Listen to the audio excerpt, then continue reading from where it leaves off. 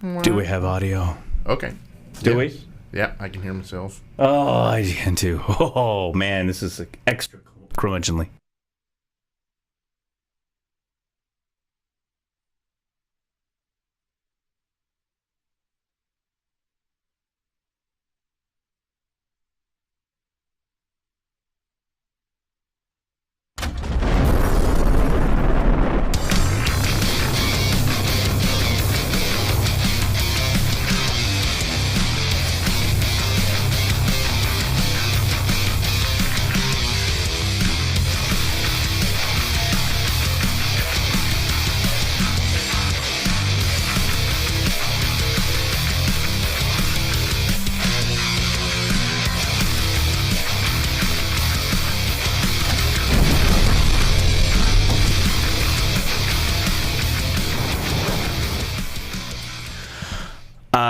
Hey, everybody. I hope it was the right date. Oh, hey, how's it going? Wow. Wow. It's been crazy around here. Like, really bad.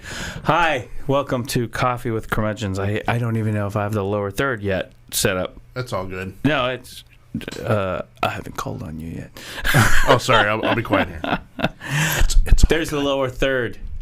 Oh, this whole week has not gone the way it's supposed to go. Hey, this is Coffee with Curmudgeons. Wednesday, April 26th, I want to say, 2017. I'm here with my co-host, Cary Grant. What's going on, man? This is like, I'm declaring right now, okay? Right now I'm declaring it. WTF Wednesday. Because it's like we just rolled in, right? We're like, the party's going. And like two guys just shuffling through the front door who's like totally disheveled and just sort of, hey, dude, I brought dip. That's us today. With our medical problems. I was, Monday, I got the stomach flu. I was kind of ready for show day, but oh my God, I just felt terrible. And I'm going to move this over too. And so I was just getting over oh, wrong way. Wow. All right. Something like that. I don't know. Why does it go? Okay. I was, so I was just recovering from that. I literally, had to take the laptop, like a little table that they have at the assisted living facility. Sure. And, little Jell-O cup. Jell-O. Tapioca, maybe. Tapioca. Oh. That's right.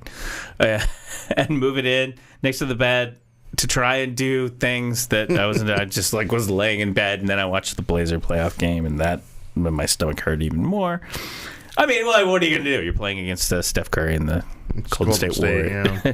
It's not like we were thinking, hey, we're gonna win this. We're gonna win this series. No. Right. Dave Lillard. I mean, he's fantastic team. Team on the rise, but young. Lillard is awesome. Oh, yeah. I mean, he brought us into the thing, so that'll be exciting next year. But it's not like we went in going, we're gonna. No, right. We're playing against Golden State. Good luck with that. You know that you are in desperate straits if the best outcome you're thinking at that moment is, man, I just hope we don't get swept. Yeah. If we can just win one game, that would be great, man. Which we did. We got swept. The game 3 was ugly, so. Game 4 was just like, Yeah, and here's the thing. Everyone's like, well, the coach is out, so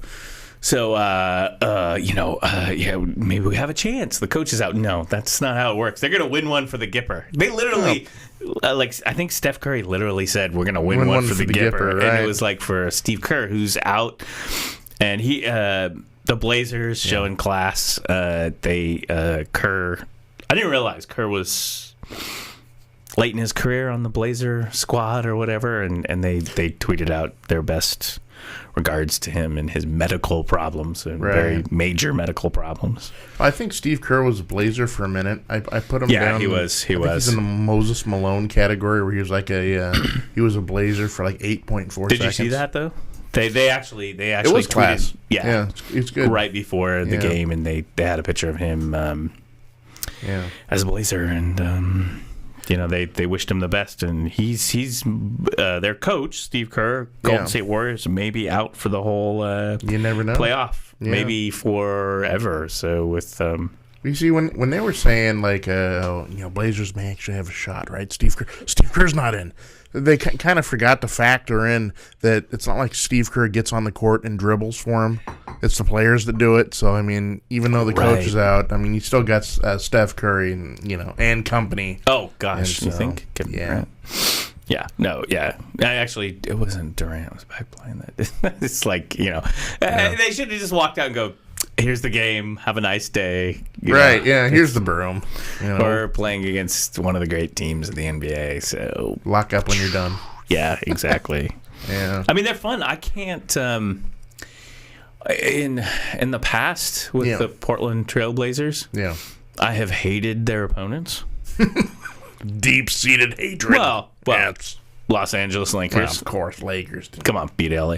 Yeah. Detroit Pistons of the old Detroit Pistons, right? Because you got the Bill Laimbeer flop. Oh God.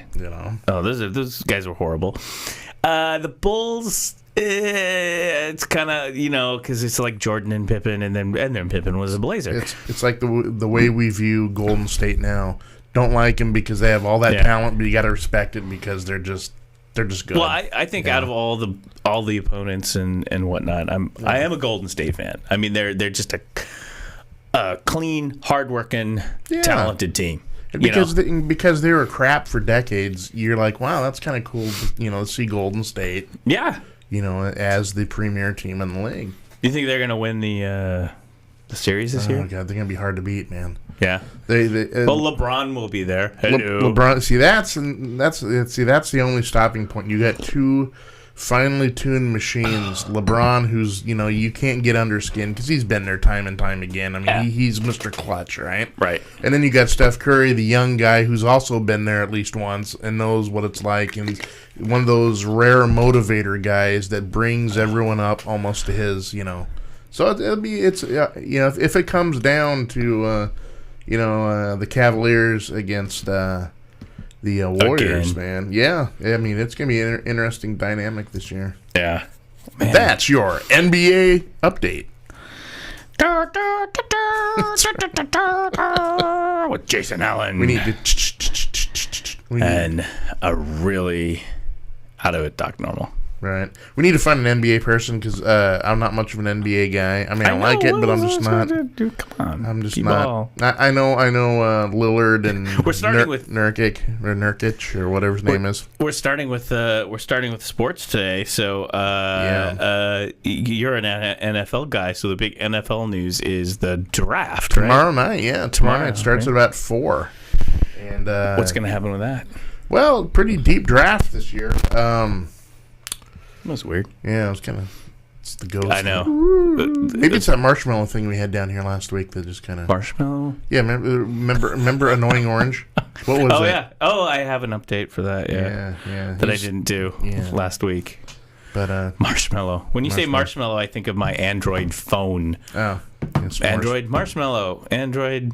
Yeah. Well, tapioca. I don't know. I can't remember what they call them. Right. Yeah. Also not vegan, marshmallow. Because of the gelatin. Oh, yeah, you have to dig it vegan. That okay? I hadn't figured that. I didn't drill that deep on it, but that does sound. I'm hurting. Pretty logical. You all right? I mean, I know I'm fine. I'm fine. I'm just not. I'm like in a daze. How are you doing? Things are all right. I was kind of oblivious in my own little world there, and the wife says, "Hey, you need to take your kid to school," and 5 minutes ago. Yeah. Oh, okay. I overslept this morning. We shuffled out. Bottom line, I was like, the alarm, and I was like, oh, it's 15 minutes to show, which is why we started late. And I was like, how close can I get this started without me just like, I don't know. And then I had like the stomach flu on Monday. It was like, what? It's crazy. Yeah. And it's why? Because it's raining and ugly in Portland again. So Blazers losing, raining and ugly in Portland again. Yeah, we had some kind of nice weather last week. And welcome to Coffee with Curmudgeons. I'm Doc Normal, and this is my coffee. Right. Did I even do my funny? I didn't even introduce you funny. WTF Wednesday. Yeah. We're extra curmudgeonly with just a pinch of extra curmudgeon. Yeah. Hey, we got a cool... we got a guest coming on Friday, man. We do? Yeah, we do. We got a guest coming on Friday. On Friday's show, we're bringing in our buddy, Blake Sakamoto. That's great. Yeah. From... of course, Dan Reed fame. The former Dan Reed Network. Yep, we know that. And New Waivers is his band now. Oh, yeah. And, we got to hear that. And he's going to come in and experience. Good old Blake. Yeah. Oh, that's going to be fun. Actually, that's going to be a lot of fun. I spent a few killing brain cells at the bar. Oh, yeah. Watching the Dan Reed Network. Many a brain cell was sacrificed on the altar of rock and roll. I'm sure. I'm sure Blake and I spoke at one point. I've never met him. You know him. Yeah. I've never met him, but I was probably like, you guys are really good. I love that song, Ritual. You want a wine cooler? Bartles and James? This California Cooler Peach sure is tasty. You want a drink, Blake? Blake, come back here. Don't walk away. Anyway. The headlines are just... I pulled up the Google News. Yes. And check it out. I mean, it's depressing right off the bat, okay? Okay. Look at this. I mean, this is just depressing right off the bat. Happy Wednesday, everybody. Happy Wednesday. Right here, right off the bat, I pull up the headlines, see what's in the headlines. Oh yeah. Because I didn't look at the headlines, and it's a picture of Joni. Erin Moran, who actually passed away a couple days ago. That was the big headline. She died at 56, I think it was. 56, yeah. But the headline is Jonathan Demme, Silence of the Lambs director, dies at 73. No. Yeah. No. I did not know that. Is this just this morning, today? Just right there on the headlines. This is fresh. Wow. Yeah, Jonathan Demme. Wow. And I would say probably to most people. I mean, he's a well-noted director. Silence of the Lambs is probably one of his noted. Actually, for me, you know what one of his absolutely fantastic films is? What's that? Concert film. Concert film. This is not my beautiful wife. This is not my... Talking Heads. The Talking Heads. That's Stop making sense. You may find yourself on it. That's Jonathan Demme. Yeah. He directed that. Yeah. Oh, great concert film. Wow. And since my kid is a huge Talking Heads fan. Well, it's one of those bands that stands up to the test of time. Oh, yeah. No matter Come what. on, David Byrne. David Byrne, yeah. Come on. Do you remember that song Wildlife? It's a wild. Oh, yeah. Wild. Remember we were talking about Goodman earlier. Yeah. That's the very first time I ever seen John Goodman on screen was when he was dancing in that video. It's because it's I have more information, man. Man, it's lay it on me. I have information, man. That's right. No, it's because John Goodman was in The Big Lebowski, by the way.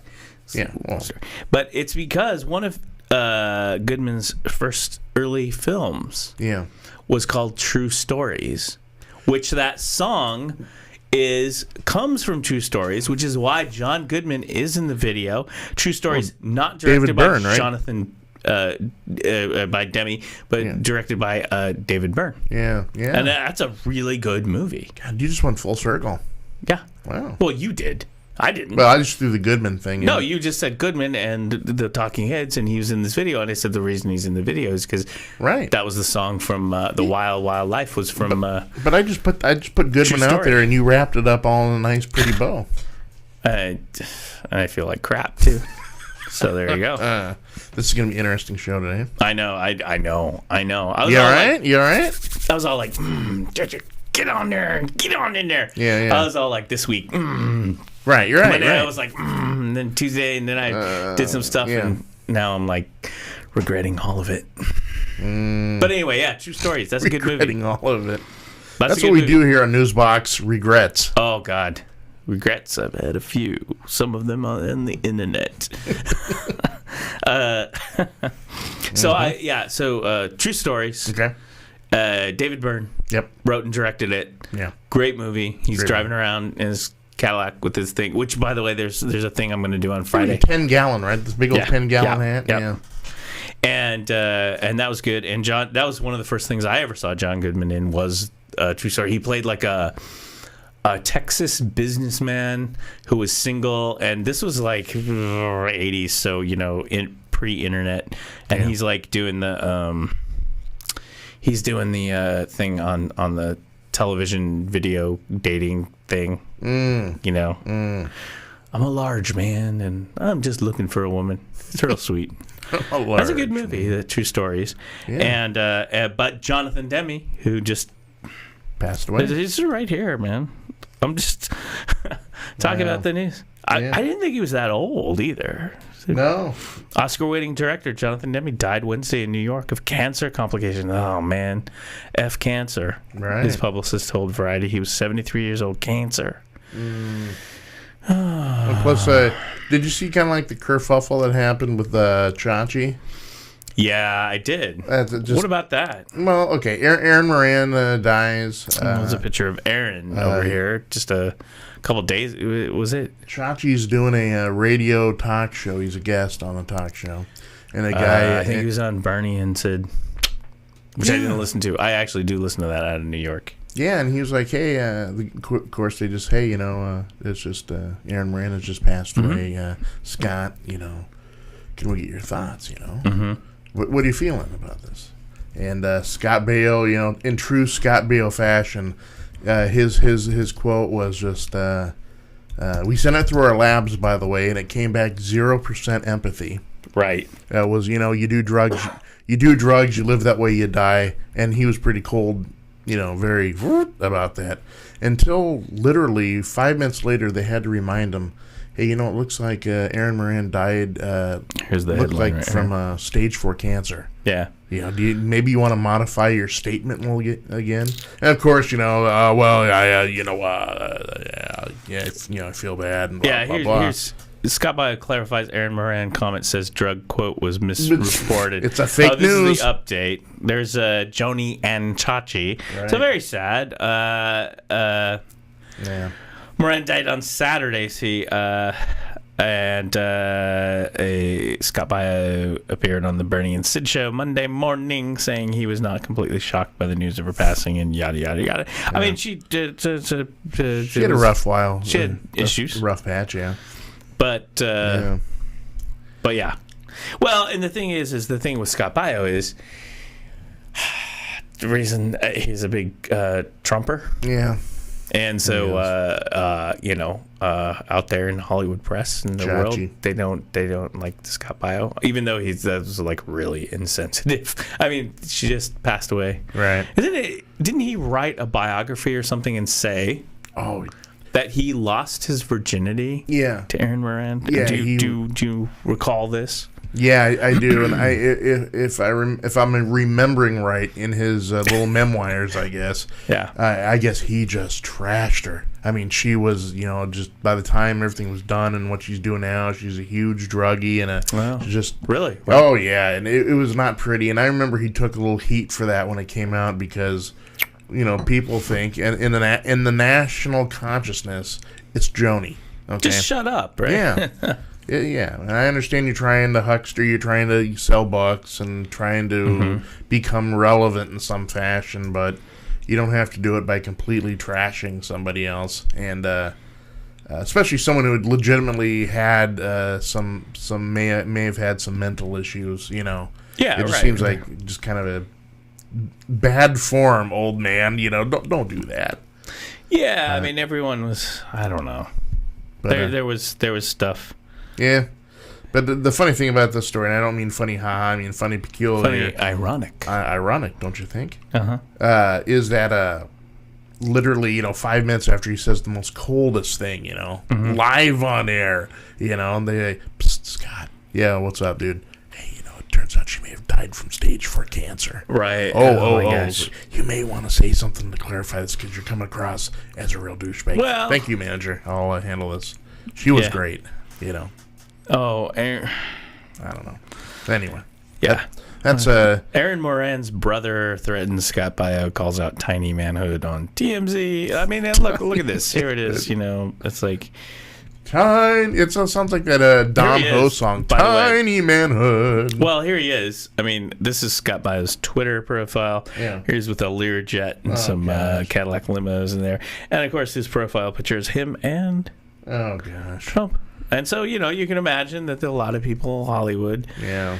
I knew nothing about Renee and Aaron's brother speaking. Nothing. I don't like TMZ using Renee to sweeten their story. Renee Baio, this is how TMZ works. I don't know. Sean Hannity. Yeah. Propaganda media is out to destroy President He's retweeting Sean Hannity. Just shut up, okay? Right. She died. Yeah. Shut up. Jackass. You're just a jackass. You know what? What have you ever done since Happy Days? Charles in Charge. Jackass. Oh. Was that any good? It was all right. Although I was more of a Willie Ames dude. Oh. Charles Williams. Was he the guy from 8 is Enough? I believe so, yeah. Okay. Yeah, he played, Charles. He played Charles, who was buddy. in charge? No, he played Charles's buddy. Charles was Scott Baio, and that show was around for, 3 or 4 years. Was it? But, since then, no, he just kind of out there. See, as we have proven on Coffee with Curmudgeons, sitcoms have died since the 70s, really. What was... Okay, let me ask you this question. But Scott Baio. Right. Jackass. Right, and it comes out... You're jackass. And it comes out really profound in the contrast between, like, a Ron Howard's quote and Henry Winkler's quote, I retweeted Henry Winkler's quote. Sad news, I hope you find the peace now. That was Henry Winkler. Yeah. I actually retweeted it. It was beautiful, and so you I found can tell. out. It was like Henry Winkler. Yeah, it was beautiful, and you can tell that they, tried to... say something classy, because that's just who they are. But Scott Baio, he's douchebag. Yeah, it's douchebag. I mean, look. This is not about politics. Yeah, you're just a douchebag. Right, you're just an idiot. Your career's done. Yeah. You're a moron. Yeah, Scott Baio. No, yeah, take that. What is he doing for the world? What is he doing for us? He's just Let me tell you what he's doing. All right, he's sucking up the oxygen. Exactly. Long. The rainforest is dying because of Scott Baio. Oh, okay, maybe that's a little too far, but I'm surprised at Jonathan Demme. Anyway, yeah. We could talk about the Pope. Kind of a cool Pope. That's always good. We could segue it's from not Christmas. Let's talk about the Pope. Yeah, we could segue away from Scott Baio, complete douchebag, to Christ's vicar on earth. I miss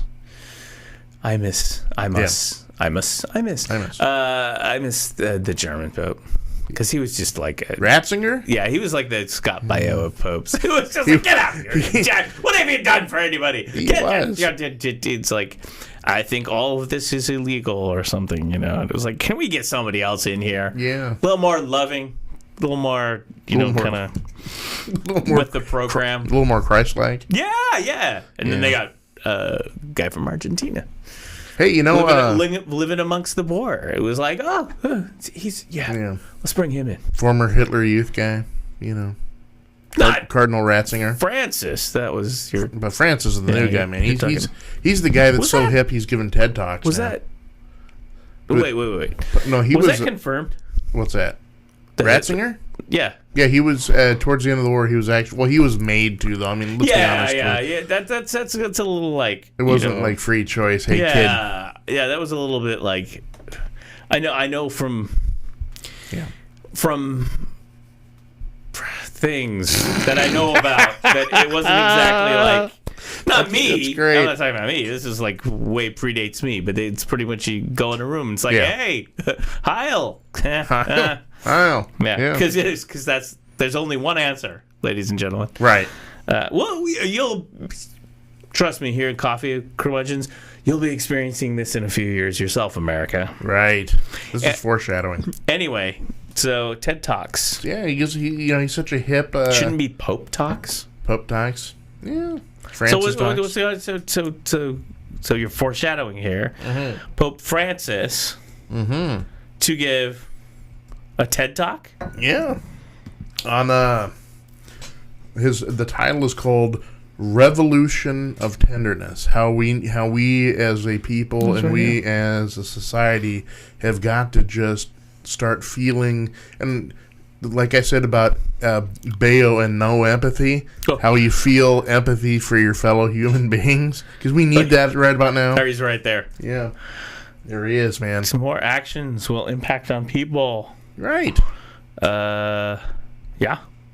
He's a hip pop, you know.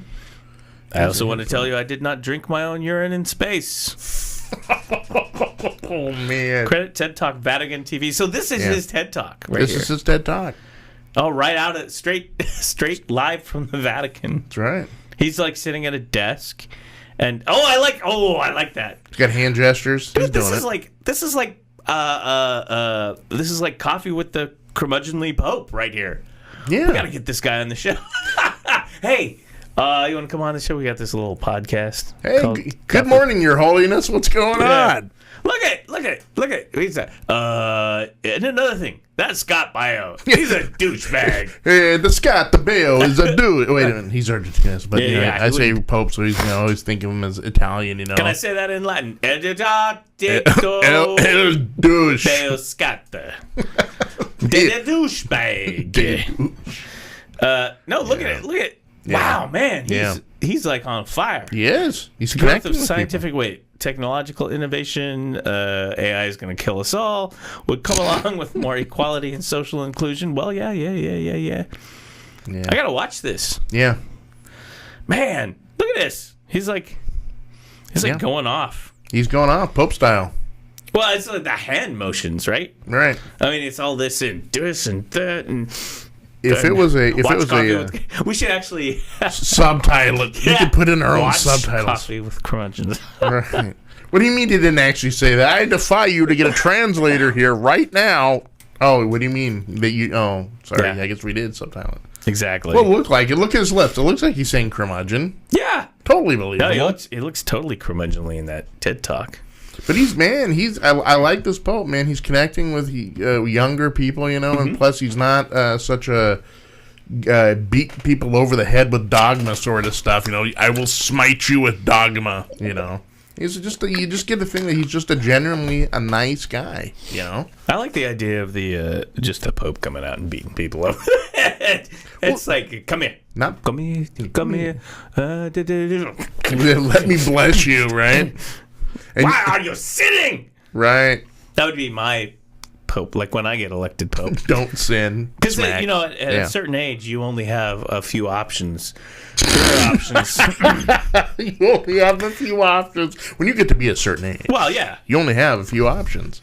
I mean, my professional basketball career. Yeah, well, yeah. Not going to happen. No, yeah. You know, ageism in technology. Yeah, I understand. Yeah. So Pope's open to me. There's my aging is good for the Pope. I could be Pope Doc. Right. Wear a hat. Pope Doc the First. Come here. Get your mitre. Bless you. You're a bitch over the head. Scott Bell, what the hell is wrong with you? What did I say on Twitter? Come here, President Trump. Come here. What are you doing on Twitter? Man, I'm angry today. Like the last thing I thought before I lost consciousness was he said Corpus Christi. I have no idea what that means. Corpus Christi. Yeah, but I just lost. What can I say? I was watching True Stories with the Pope, the Pope and David Byrne. I love the Talking Heads. Now we know this fact, right? We know this fact is little known Catholic secret, right? You never know this until you actually go to the Catholic meetings when you show up, you know? I don't know. Little known Catholic secret. The Pope has his own martial arts, Pope Fu. Pope what? Yeah, he does. He lays down the whah on stuff. You know, when he blesses you, you know that you're talking about laying the smackdowns, Pope Fu. Right. Pope Fu. This guy's a little pacifist, though.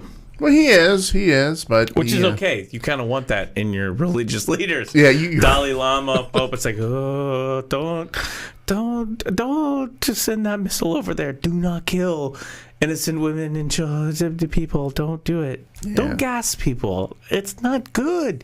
That's kind of what you get. And then it's like, you know, world leaders like, hey, think about it. Press the button, Frank. Oh God, Poor Frank. I know. I mean, he's just an hourly guy. He's just trying to get through the day and get home to his family. And next thing you know, some guy's asking him to start nuclear war. I know. It's not cool. That's kind of where church kind of lost its church. Yeah. Okay, millennials, coffee with Christians. There's a thing called church. It was a place you'd go on Sunday, and people would do a TED talk. Yeah. And it would be about love, peace, Jesus. Sure. And then coffee, cookies, milk, cookies in the basement. That was church. Because afterwards you go down there and you get your obligatory instant coffee, and then you get either a little cookie or a Danish or something. Yeah. And you just, hey Bob, how you doing? Hey Frank, come over here, dude. Tough week. I know the boss tried to get you to do nuclear war, but I feel for you. Right. And have another cookie. So that was church. That was church. Yeah. For those people who are unfamiliar. Yeah. And if you're Catholic, dude, there's a whole lot of bake sales going on, right? Because they're always raising money for different Catholic not-for-profit charities. So there's always a bake. And as a fat guy, I get roped in, right? Because I'm sitting there with my coffee and my cookie, and I'm just minding my own business. Next thing you know, there's wow, I just got a cake. Yeah. You know? Oh yeah. In the raffle. Yeah, in the raffle. Something's going on. With the script. What is that? What are these things they're talking about? Script? Raffle? Yeah. Before the days of iPhone. Script for you. Right. Script for you. Right. What is this thing you call paper? Yeah. And then they'd have the car wash. The youth car wash. Yeah. They got the youth car wash. You get the bake sale. They got almost like a quasi school carnival sort of thing, Remember that over by LaSalle? They used to have this huge sort of thanks for the memories. amusement. Thanks for the memories. Yeah. And then they'd have I went to Christ the King. Oh. Right next door. Well, they'd have the youth car wash. Yes. Which was uncomfortable because they because what How so, Doc? Well, because yeah. 1 year, they had a car wash fundraiser consultant come in, and you mean there is consultants to car washes? Yeah, there is. That's great. And what happened is some mail got messed up, some communication got messed up, and all the lady nuns for the rectory were wearing T-shirts. Oh, that's not that car wash. Right. I'm sorry. The Stars Cabaret car wash is next week. Mommy, why are the nuns having a wet T-shirt contest? Bobby, sitting back. Look the other way. God. Oh. Yeah. I know the car is clean. I'm going to run it through one more time. Oh no. Look, that's just Portland, okay? It is. I mean, it's like sure there's Catholic fundraising car washes across the country. Yeah. But here in Portland, traditionally, I mean, many years ago, we've had fundraising dancer car washes. I do remember that. Oh yeah. I do remember that. Yeah. Yeah. Just bring a T-shirt. That's all you need to wear. Let's all take a moment and think about it. This is going to be in our movie that we write about. Ooh. Called Oak Grove Nights. Oh, Oak Grove Nights. Yeah, and instead of the Hollywood Nights, it's Oak Grove Nights. What do you mean loses dairy freeze? It's the last night that's going to be open. Mm-hmm. We need to gather the whole gang together because this is a pivotal point in all our histories. We're all going in separate ways. Doc's he's going back east to a school. That's right. I've joined the Marines. We don't know what's going on. and Frank is going to go work. Jason is now recreating the American Graffiti. American Graffiti. Jesus. Right. Sorry. I just what do you mean it's been done before? Like doing the youth fundraiser car wash and it gets a little saucy. Right. You never know what's going on. Because that's American movie making. It is American movie making. Back in the good old days when they made good American movies. Now it's like, you can't. No, you can't. That's not. No, you can't. Mm-mm. We didn't need lots of people sighing and crying. Sighing and crying. Or if you want to blow things up, you can blow things up for 2 hours. That's a pretty much American movie making in 2017.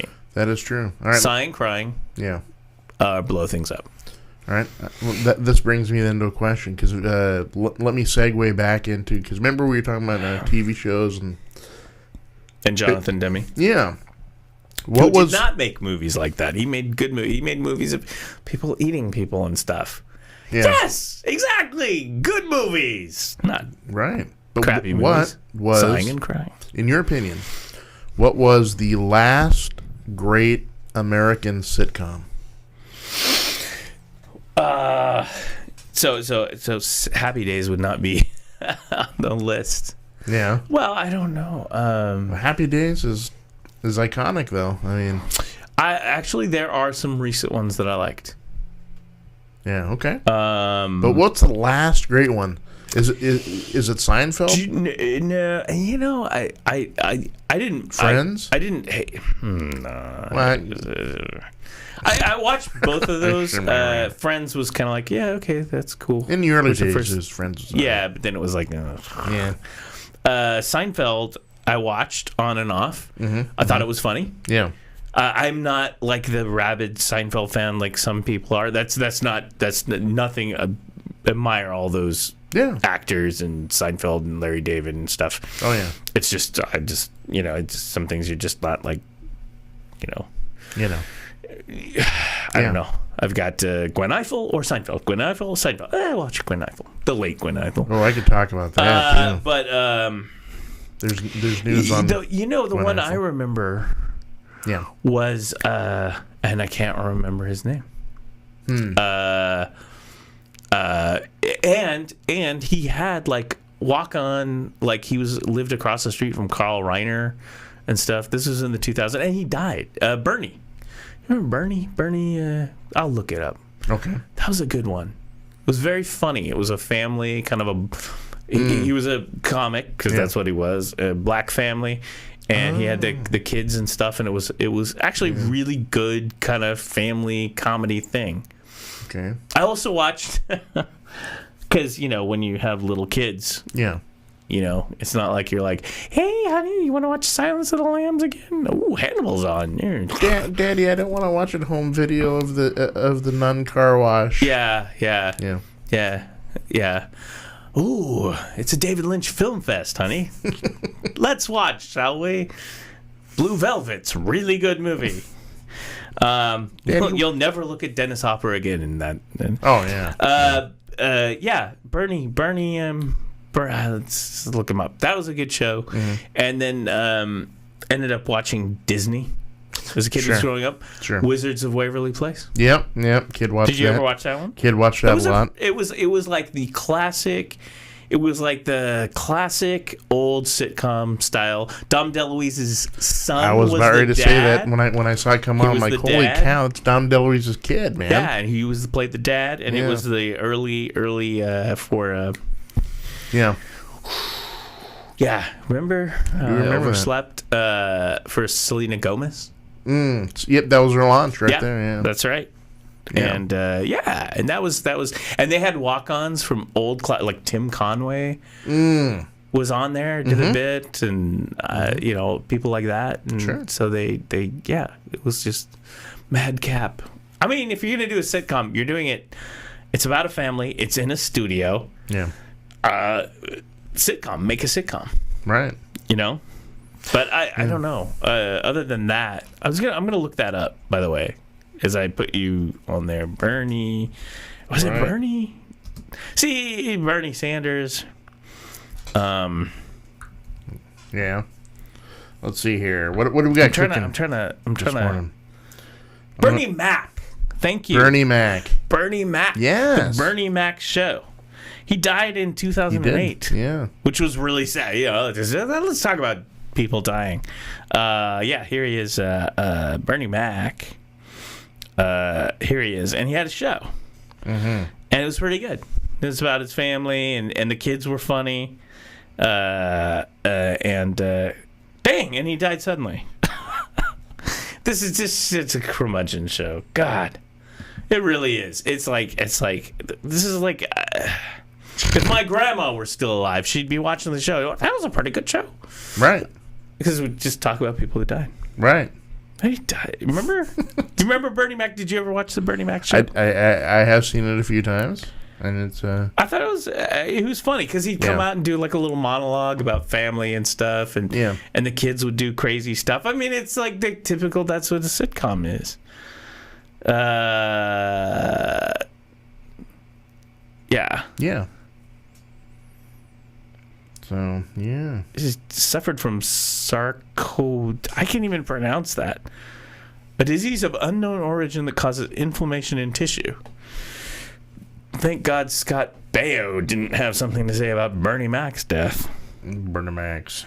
Anyway, what's... Well, let's see. What's in the news? Other than... that's so weird. That's just weird when you're like out of the blue, right? You see this thing? Mm-hmm. I think I have to pull it up in my Facebook. Okay, so you know we had United Airlines. Yeah. Right? Yeah. And a couple weeks ago we talked about they ripped this guy out of his chair. They beat him down. He's all bloody. Oh, United, yeah. Yeah. And then a few days later, there was the American Airlines thing. American Airlines. The lady in the stroller. And there's a video, and she's literally holding 2 kids. Oh, yeah. And she's crying. And here comes this guy in there, and he's all aggro. Yeah. It's like guys, right there. If your attendants and people are all aggro, you know, conflict resolution. They basically said, well, you know, it's all a union job, so it's not like we can just like fire the guy. Right. So supposedly he hit the lady with the stroller and the whole plane, and the guy gets up and is like, I'm gonna punch you out, man. I saw that. Right. I'm gonna knock you flat. This lady's like got 2 babies. Like, it's like, hey, let me help you, right? Like on the, Southwest flights I've been on, they pre-board the ladies with the babies, and everyone's like, yeah, okay, you do that, you help them out, you know? We're all in this together. We're all packed into a little pressurized tin can, 30,000 feet in the air. What can you do, right? Right. So that was American Airlines. They're beating United Airlines is beating Asian passengers and ripping them out of their seats. American Airlines is beating moms with kids, making them cry. But Delta Airlines, I think, has committed the worst act. What? Yes. I've not heard of this. No. Delta Airlines, hold my beer. Turns out on a Delta Airlines flight, and I can pull it up here, Kenny G was on a Delta Airlines flight. And what did the flight attendants do? Delta Airlines, I'm sorry, you can beat me, you can hit me with a stroller, but if you make Kenny G serenade you on a flight that you can't get out of, that is torture, ladies and gentlemen. And that's exactly what Delta Airlines did. Oh, yeah. They use that Kenny G. Well, I'm just saying, I just, you haven't heard this one, right? No, I kind of heard about it, but I didn't really look at it much. Did you ever look at my Facebook? Not much. Not much, no. Not much. Oh, that jackass. You and the Pope. It's like, is that jackass? It's, not looking at that Facebook page again. Thinks he's a comedian on the Facebook. I've been neglecting my Facebook for a while. Political, right? There's just a lot of crud going on, and I don't have a lot of time to get on there. And yeah, but I always try to make it funny. Yeah. Keep it funny. I was going to pull up the picture here. Wow. Ooh, what a hump day, man. I'm telling you. That's rough. It's WTF Wednesday, man. What happened? Yeah. What happened? Yeah, I mean, I didn't pull it up. But anyway, yeah. So Delta Airlines. Yes. That's Kenny G. Kenny G. And if I ever pull up here it is, finally. Here it is on the thing. There's a picture of Mr. G. Mm-hmm. Mr. G. United Airlines beats a paying customer in his seat. American Airlines strikes mother of 2 babies with a stroller. Delta Airlines, Kenny G is on this flight. Hold my beer. Yes. And my buddy Aaron Weiss out there, I think in Colorado, there are laws against torture. Airlines bad month continues with Kenny G plays concert on Delta flight, adding to difficult month. Right. So there you go. I can think of worse ones, though. No, I can't. Really? Oh, I can. What about Kid Rock? Yeah, that'd be kind of brutal. That's Guantanamo level. I don't know if you want to do that. Holy. How about Yanni? Nah, I don't know. Or Zamfir, Master of the Pan Flute. Could you imagine you're doing a cross country thing? You got Zamfir. Nah, it's still not as. Okay, all right. You know it's bad. New Kids on the Block. Justin Bieber. How would you like to be Biebered for 4 or 5 hours as you're going coast to coast? Yeah, but there's nothing like that Kenny G soprano saxophone of the schlock. But he'll do a nice mellow tune and he'll knock you out, right? You can't do that with the Biebs. Biebs is just like totally, he's almost an Antichrist level of. He was according to the report. Yeah. He was even apologizing for it because they made it like, oh, you're Kenny G, play for them. You'll play for them. No. It's like sing for your supper, Kenny G. When did airlines become all German, 1938 outfits? You will play. You will get out of your chair. I will beat you. No, Kenny G, you don't understand. You will play. You will play. No, he was apologizing, and it was just like, oh man, like I'm if sorry. You need, if you need, How about air supply, dude? How'd you like to get air supplied for instead of the oxygen coming down from coming down in front of your seats, you got air supply coming out singing Lost in Love for 5 hours. Yeah, I dig it though because here's the thing. Here's the thing. One of my favorite. You like infomercials? Love infomercials. Okay, one of my favorite infomercials. Do you know the Time Life collection of music? Yeah, okay. Have you ever seen these? Oh, yeah. You have to be a real crazy insomniac to watch these things. Life Books presents Mysteries. Yeah. Well, no, it'd be like Time Life collection presents the 50s. And it's Chuck Berry and Blueberry Hill. A lot of shaking going. Yeah. Jerry Lee Lewis, sure. Well, and they did everything, every genre of music. Like I think back when we were growing up, back in the old days, Boxcar Willie. They were like Beethoven. There was a guy I remember. It's like these 10 albums, Tchaikovsky and stuff. Yes. But in modern days, they would do like this music, and it was awesome the way they'd separate the music out, and it got to the point where it'd be like yacht rock, and then they had one with the guys from Air Supply. And it was like talking about the soft rock hits. And the guys from Air Supply are sitting on a couch. I'm not joking. Look it up.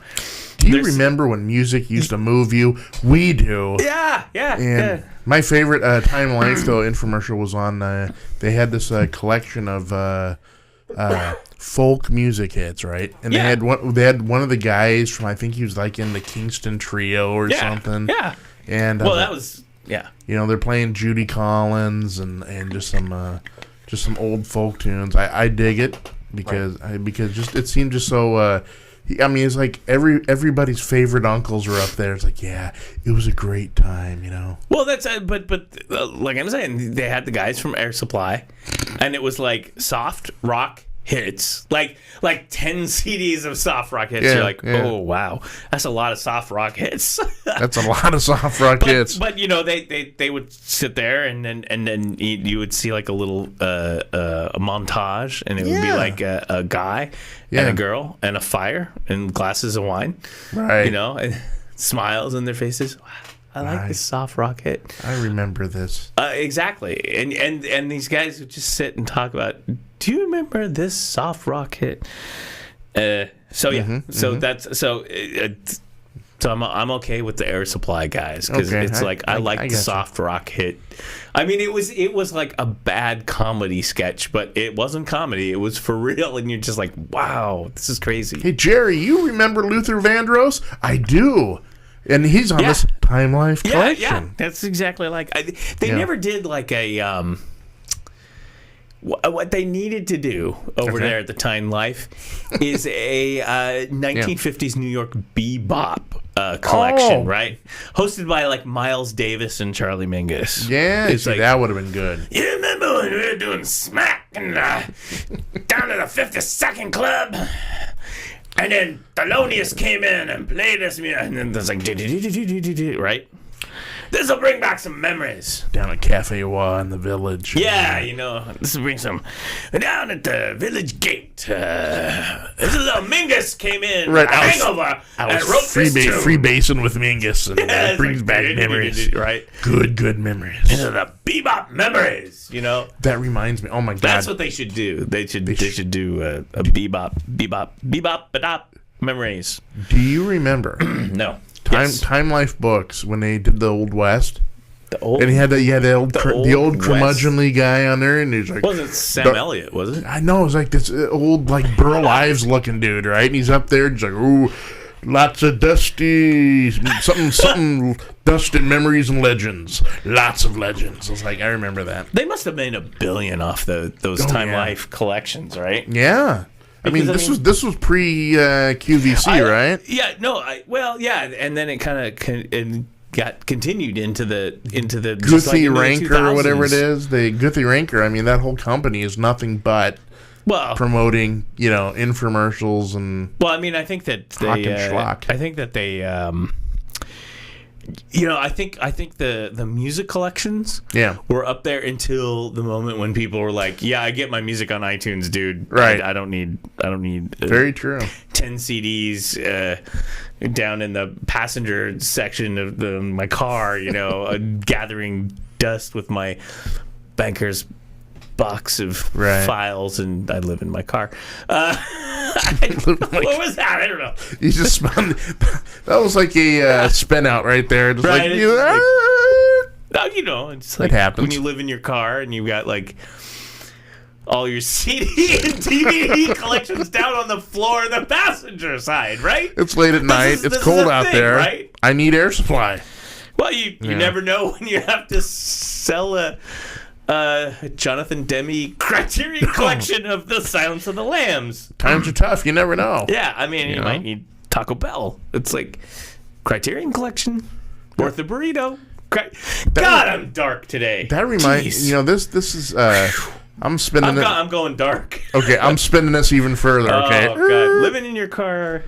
We need to get a guy on here who works or owns for a pawn shop, because I want to ask him questions like, what's the weirdest thing someone has ever brought in trying to sell? We got to get Betty back. She's all over it because she's she does all the antique mall and selling classic vinyl, and they get big money for the classic vinyl now. It's quite lucrative today. Oh man, it's like I had that record in high school. Yeah, $50. It's like first pressing of the Beatles' White Album. Yeah, it's like they make big money, but the show is Coffee with Curmudgeons. It is, which means it's what do you expect? Cranky. It's going to be cranky. Living in your car. Yeah. Your Time Life collection on the floorboard there. It's there. It's like, look, I have air supply. Right. Just need a burrito. Burrito. Just need a burrito. Byron Beck was he's on my Facebook. Okay. For whatever reason. You know him. But actually, you guys had him on the show once, right? We've had him on the show. Yeah, good he's guy. A celebrity guy, celebrity reporter. Yeah. And he was complaining, this is what happens in Portland. People are like in their neighborhoods, and people are camping out on the street, Yeah. See, this is when you bring up the Pope. Yeah. This is when we need the Pope. This is when we bring up all this, like, living in your car, selling your Time Life. Scott Baio's a douchebag. Right. We need to counter it with Pope. Yeah, no. Pope's got to go on tour. Stuff's getting out of control. We need the Pope. He's got to go on tour, right? Lay the SmackDown worldwide, the worldwide Pope tour, 2017. People parking in your neighborhood, living out of their cars, selling their Time Life. They're trying to hawk your Time Life stuff. It's not funny. It's a real thing, and sadly. So what I was going to say is where the Time Life thing jumped the shark, right? Okay. Because now it's not so relevant because we're talking about you got CDs and DVDs. Who wants that anymore? Which is a whole thing, right? Yeah. Anyway, I got this iPod filled with music. Burrito. Yeah. They did the metal years. Did they really? Oh, yeah. I would love to hear Time Life's take on the metal years. Okay, so the formula for Time Life, Jason, is at some point it comes down to a couple. Okay. Cis, normal, guy, girl. Yeah. But let's call them Bob and Marge. Right. Okay. Typically white, unless maybe you're doing the R&B collection. Right. I don't know. Right. Yeah. And so I recall maybe I was hallucinating, but I recall that they had the couple. Okay. And it was Bob and Marge. Bob and Marge, sure. They're hanging out. They're kind of in their middle years. Yeah. And Marge has the poofy hair. And the studded belt and the tight. Marge. Yeah. And kind of like dressed up like they dressed like 25 years ago, going to the metal shows of the Scorpions. Nice. And it's like, Nice. And Bob was like, Marge, do you remember those metal years? Oh, I do, Bob. And it was just like, do you remember when we felt the noise? And there's a fire and wine. It's always a fire and wine, right?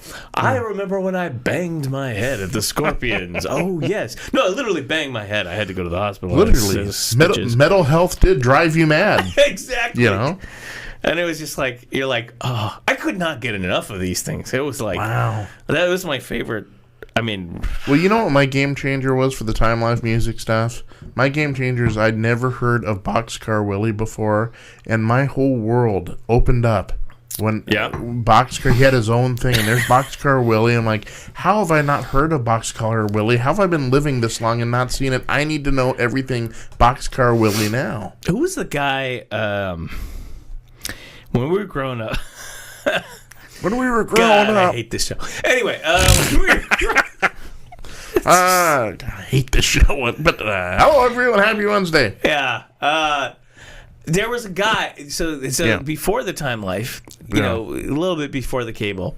Yeah. They would have like a not an infomercial, but longer commercials. Yes. And it was this guy. Like a 2-minute commercial. And he sold more records than Elvis and the Beatles and Beethoven and God. I mean, it was just like, and it was like you'd never heard of him before. This man, you remember that guy? No. Slim Whitman. Slim Whitman. Yes, I do remember Slim Whitman now. Yes. And it was like that was they would. It's like he sold more records than Elvis. And it was like. Slim no Whitman? One sold more records. I mean, back then it was like no one sold more records than Elvis Presley. Right. Yeah. And it was like, who's this guy? And he'd be like, Slim Whitman. And it was just, I don't know. It was kind of terrible. I knew Slim Whitman, and he wasn't so slim. And it was like, I don't know. Do you remember that? I do remember Slim Whitman. Yeah, that roughly is around the Boxcar Willie days. Yeah, Slim Whitman. They had maybe Boxcar was. I remember they had one for Loretta Lynn. Well, she's a coal miner's daughter. Yeah, but here he is right here. Slim Whitman. Yeah.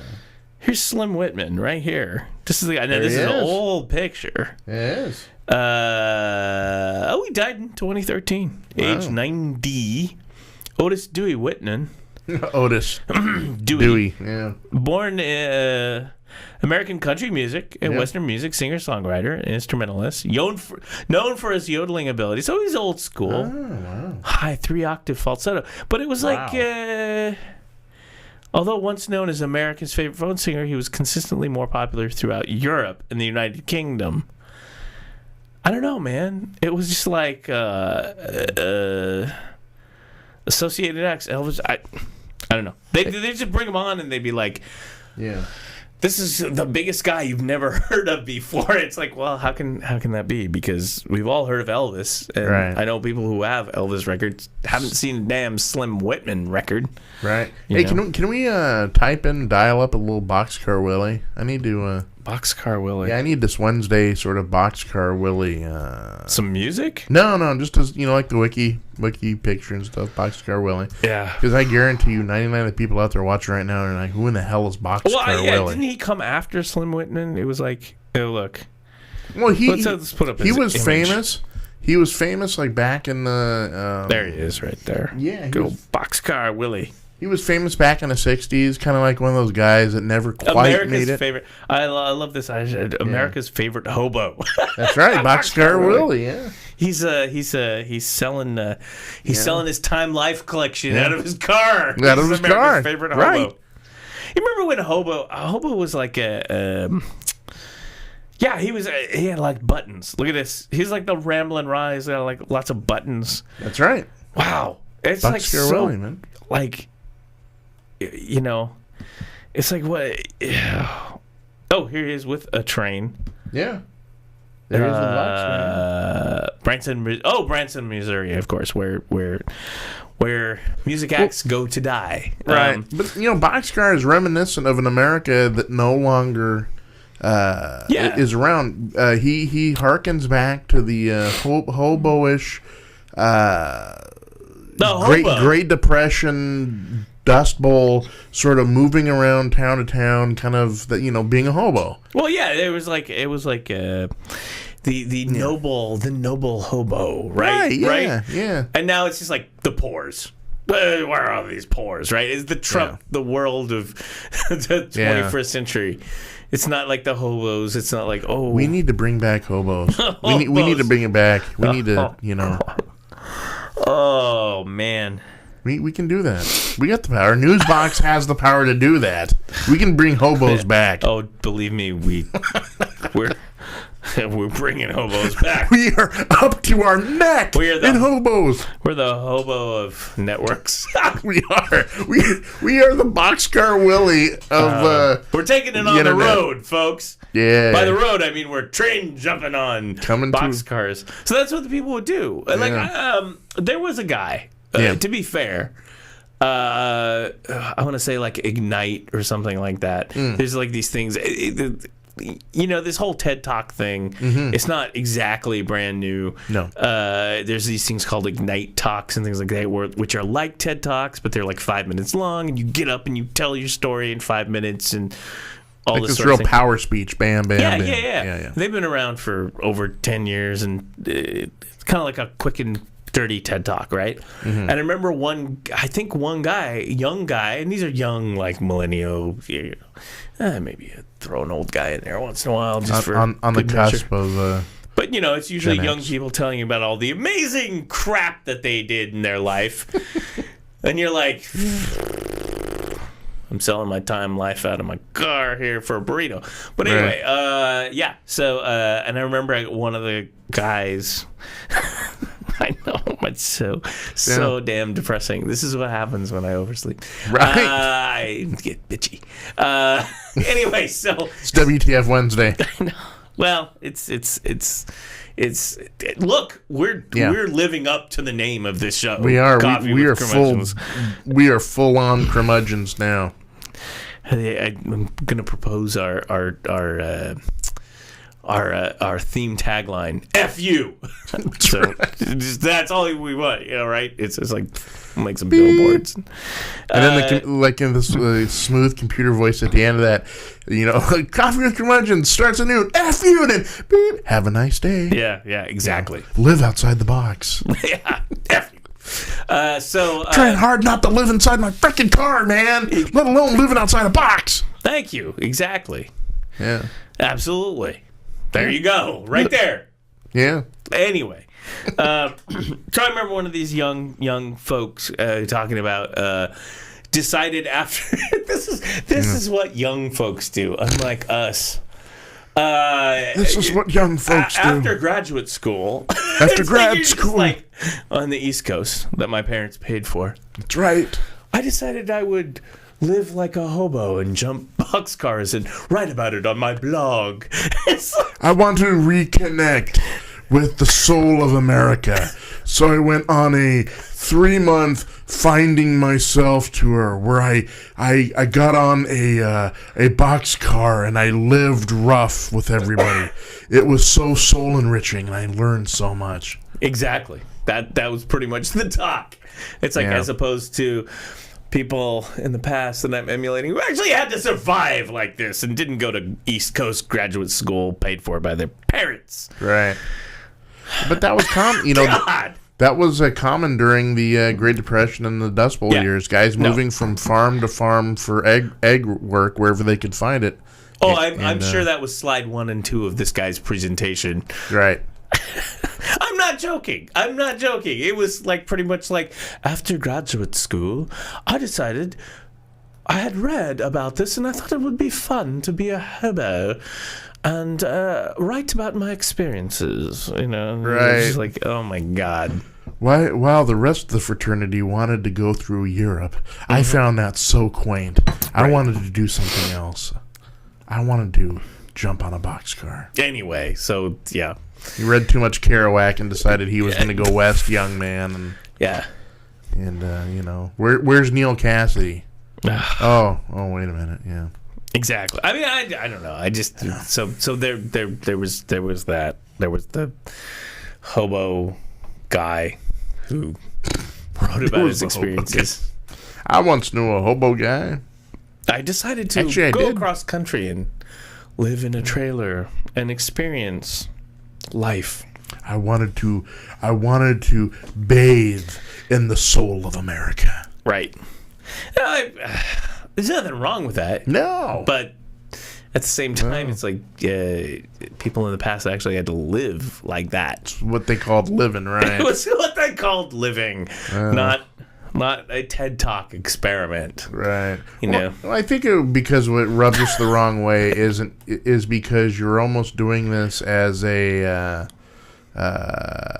I want to make something noble of this, but at the same time I want to make myself feel better about it. I'm going to live rough, and at the end I'm going to pat myself on the back and then go home to my it's always some like Ivy League, like I don't know.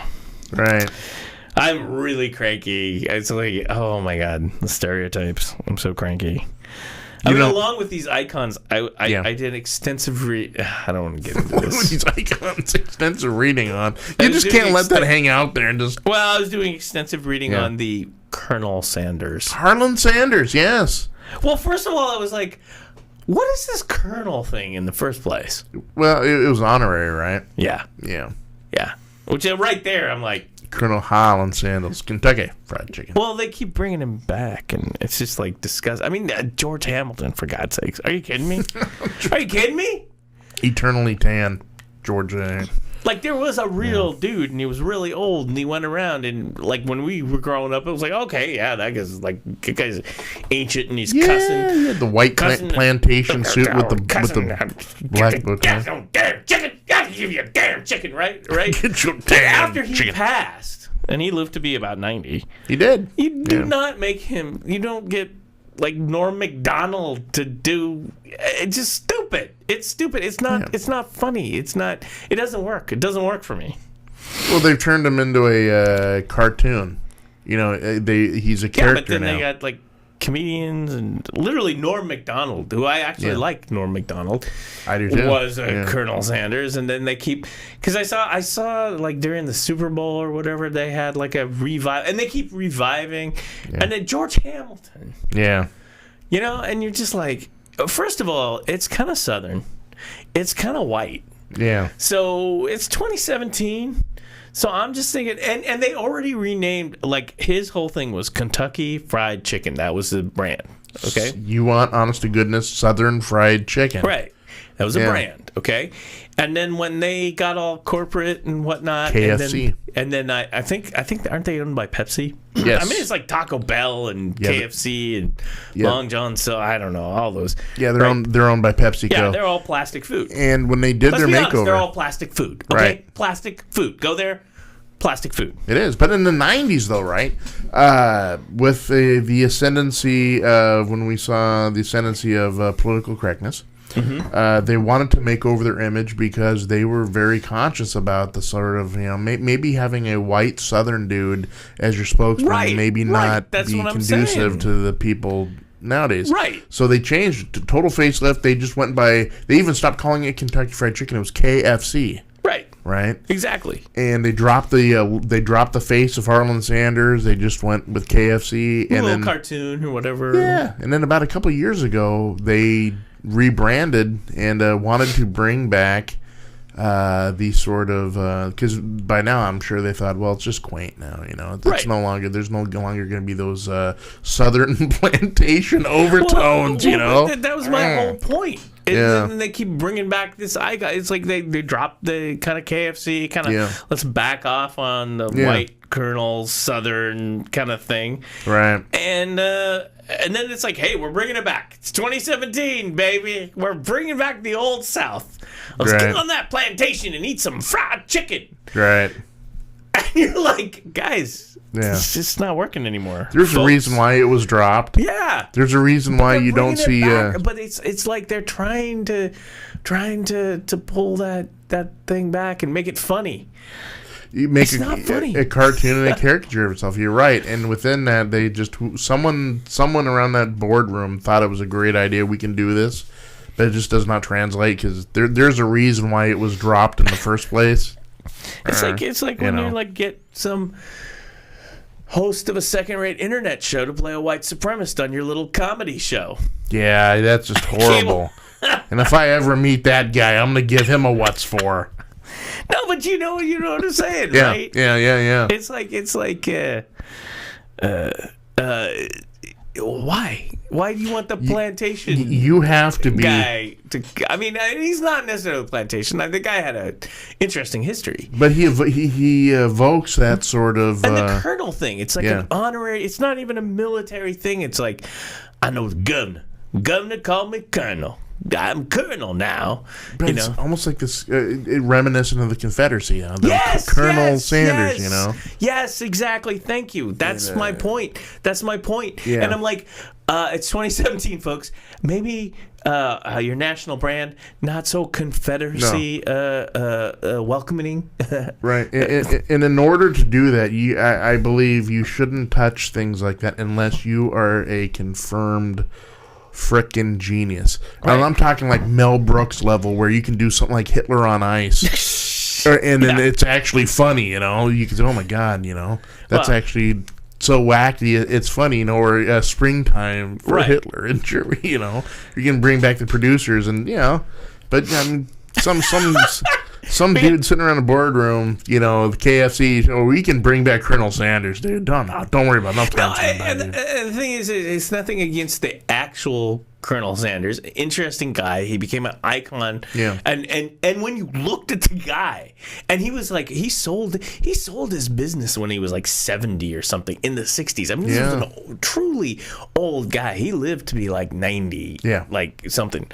And he was out there till the day he died. Colonel Sanders was still I mean, he didn't actually own it was a corporate conglomerate that he sold it to, but he was still the company spokesman, and they still sent him out there. And what's funny is he would go out. The problem they had with the actual Colonel Sanders, this guy, Harlan, was that he would go out to the restaurants and do appearances, and he'd taste the food, and he starts swearing and cussing like this ain't no in a southern accent, right? What the hell? Yeah, this gravy? This is wallpaper paste is what this is. I mean, I'm telling you, you read it. That's actually what it is. 11 herbs and spices. This gravy is crap. No. Read the thing. It's actually literally what he did. And you're going to go, respect. Right. Respect, sir. What have you done to my baby? Yeah. My 11 herbs and spices. They did a big rollout, like sometime in the 80s or something, where they brought him out and did it. And he tasted the gravy, and he started cussing and screaming at everybody, telling them it tasted like wallpaper paste. What did you do to my recipe? What the hell? This ain't no gravy. This ain't no gravy. And you see, the problem is you can't do Colonel Sanders. I think it is physically impossible. You cannot do Colonel Sanders without eventually slipping in the Foghorn Leghorn. I see. Boy, get over here. This gravy is crap. So I went down this path, and I'm reading about this, and it's like he's the company spokesperson, even though he had sold the company many years ago, like in the early '60s, and it was one of the, like McDonald's, yes, one of the very first franchised restaurants in America. Right. Yeah. McDonald's, KFC. They did that McDonald's movie, which I still haven't seen. The one with Michael Keaton about the Ray Kroc and the McDonald's. I have not seen that either. That's a good question. Yeah, Michael Keaton came out okay. There. I just got around to watching the brand new Mystery Science Theater. Oh, yeah. Yeah, we still haven't talked about that yet. All right. But Colonel, he was their brand ambassador, right? Yes. Because he's the iconic, and it's the white suit. And it was like in the 1950s, he got a colonelship, and then he got another colonelship, and it's all in the South. Here's what I read. Okay. No, because you're like you got a tummy ache. Okay. You're not feeling good. You got the flu. Right. What are you gonna do? You're laying in bed. Yeah. And somehow in your mind, gravy, Kentucky Fried Chicken, Colonel Sanders. It snowballs, right? And then you're like, Colonel, what's up with that? Are you military? What is that, Colonel? Right? And then you go it's like down Elvis, Colonel Tom Parker, right? The honorary. Two famous colonels that I remember from my life. Colonel Sanders, yep. Kentucky Fried Chicken. Yep. Colonel Tom Parker. There you go. Manager of Elvis. Yeah. Famous. The Colonel. They called him the Colonel. The Colonel, I didn't right. remember his name. You remembered his name. It was like the Colonel. Right. Elvis and the Colonel. I always do that. I always sing... Richard? I always sing Little Richard when it's not Little Richard. You know what scarred me? Fool, darling, treat me cruel. You know what scarred me? Pat Boone singing Tutti Frutti. It scarred me. Tutti Frutti, Rudy. No, he did. He made it famous. He did, yeah. I mean, that was the word Little Richard. Yeah. Still alive, still kicking. He's like, they stole that music from me. Yeah. Pat Boone, Elvis. Wop-a-loo, bop-a-wom, bamboo. Well, Little Richard had an issue that they called him like the racial record, the music, black music. Yeah. And good white Christian kids back in the early days of rock and roll could not listen to the black people's music because why? I don't know. They can eat the Colonel's chicken. Right. But they can't listen to the black people's music. So they'd get Pat Boone, Elvis Presley, people like that re-recording it. Yes, to sanitize it for the masses. For the white people. And then that was bad. Tutti Frutti, Rudy. Because it's going to lead to sex, drugs, and rock and roll. Now it's just sex, drugs, and Pat Boone. Yeah. But anyway, so then the kids realized that, but there's actually these blues people and stuff. That sounds so much cooler and better, you know? Yeah. And, it's like, didn't they try to do that for a while? Now I'm going to have to put my jazz hat on, but it seemed like they tried to do that with jazz for a bit, too, because, you had, like, the big, just... Thelonious Monk, Miles Davis, Coltrane, The Bird, Charlie Parker, right? The weird thing is, I think jazz hat. Yeah, I know. I'm like, Jason, you know what we need? Yeah. We need to go out and get jazz hats. I need jazz hats. We'll get jazz hats for Friday. We'll have our jazz hats on. I do a little thing with my kid. I call it jazz hands and spirit fingers. Yeah. Because you got jazz hands and spirit fingers. Mm-hmm. Jazz hands, spirit fingers. So we'll have to get jazz hats. Jazz hats. Yeah. I don't even know what a jazz hat is. Don't know either.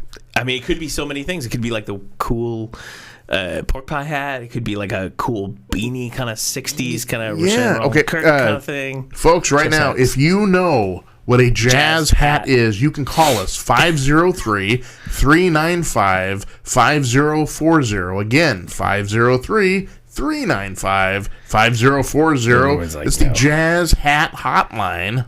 Yeah, no, it's just like... And if you call now, you'll win two things, all right? We will give you two things, Jack and Squat. Oh, there you go. That doesn't sound good. No, it don't sound good. Either of those things. No. I don't want to win jack or squat. Yeah. I don't. Anyway. Moving on. Yeah, jazz hats. We need jazz hats. Didn't they try to do that for a while? The sanitation of jazz when bebop started getting really, like, I want to say like late 50s. Well, because when the beatniks started getting big around 57, 58. You might be right. I don't recall. I mean, what I remember is there were, in the swing days, there was the white bands and the Tommy Dorsey, Glenn Miller. You're absolutely right. And Benny Goodman. Yeah. But the whole thing was the thing about jazz. Yeah. Knowing a thing or two about jazz and being a jazz fan. As you are too. Yeah.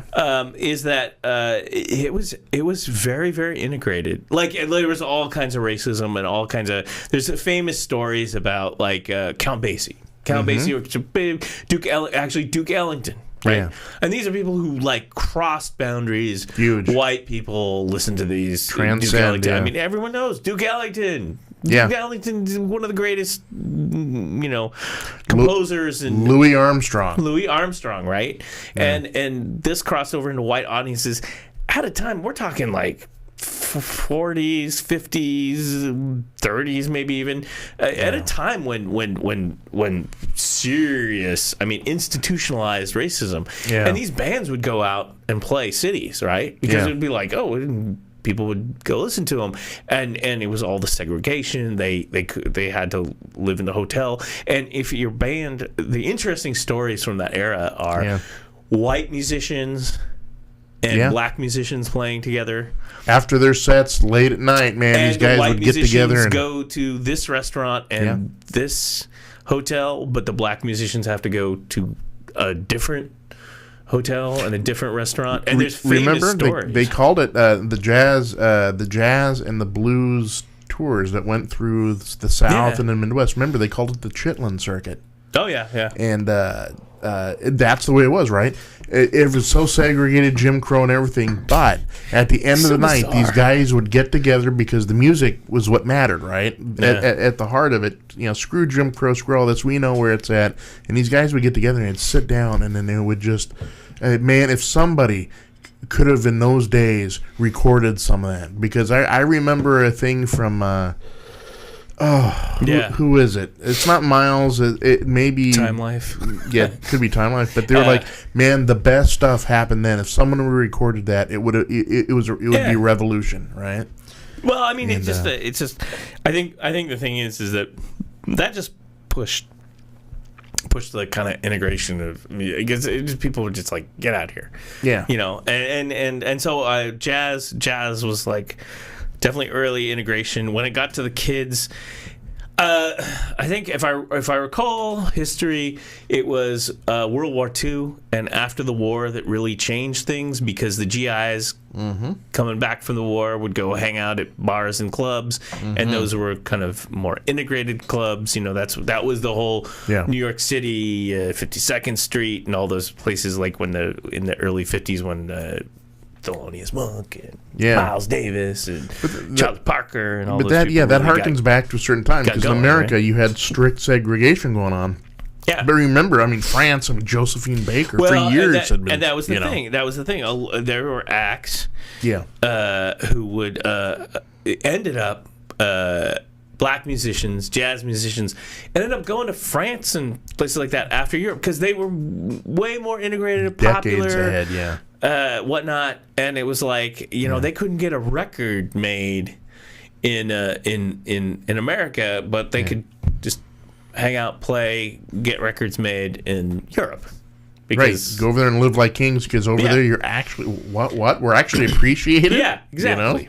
But then what's bizarre is then that carries over in the 50s into the kids, the teenagers, and the rock and roll, which was all coming from the blues and whatnot. And, right.